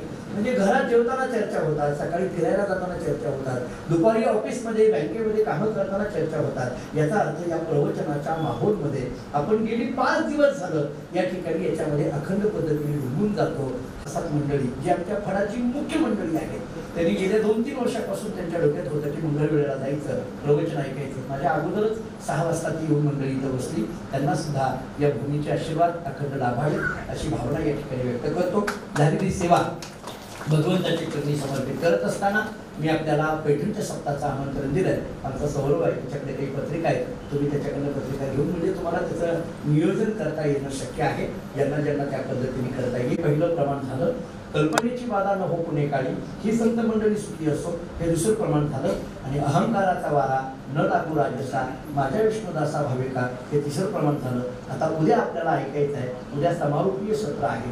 उद्या या प्रवचनाची सांगता आपल्याला करायची आहे. आपल्या मोठ्या संख्येने खरं तर उद्या भरपूर या असं म्हणायची वेळच नाही आली आता, कारण पहिल्या दिवशीपासूनच आपण भरपूर संख्येने आता बसायला सुद्धा जागा कमी पडायला लागली. इतक्या संख्येने आपण सगळे श्रोते इथं उपस्थित आहात. त्यामुळे उद्या आपल्या सांगतेचा दिवस आहे, अत्यंत महत्त्वाचा दिवस असल्यामुळे चौथ्या चरणाची भूमिका काय आहे ही आपल्याला ऐकायची आहे. आणि नेमकं नामदेव यांचं हे बसायदान आपल्या जीवनाला कल्याणकारी कसं आहे याचा समारोप आपल्याला उद्याच्या प्रवचनामध्ये करायचा आहे. त्यामुळे उद्या संध्याकाळी बरोबर 6 वाजता या ठिकाणी आपण या मंगल कार्यालयामध्ये उपस्थित राहूया, कारण पुढं आपल्याला काही 10-5 मिनिटं समारोपीय सत्रामध्ये सुद्धा या ठिकाणी जातात. माझे वडील सद्गुरू दादा या प्रवचन मालिकेच्या सांगतेला प्रतिवर्षी हजर असतात. उद्या तेही या ठिकाणी प्रतिवर्षी प्रमाणे उद्या तेही इथं हजर राहणार आहेत. त्यांचाही आशीर्वाद आपल्याला त्यांचं आशीर्वचन ऐकायला मिळणारे आहेत. त्यामुळे अशा पद्धतीने हा सगळा कार्यक्रम असल्यामुळे उद्या आपण सर्वजण सायंकाळी 6 वाजता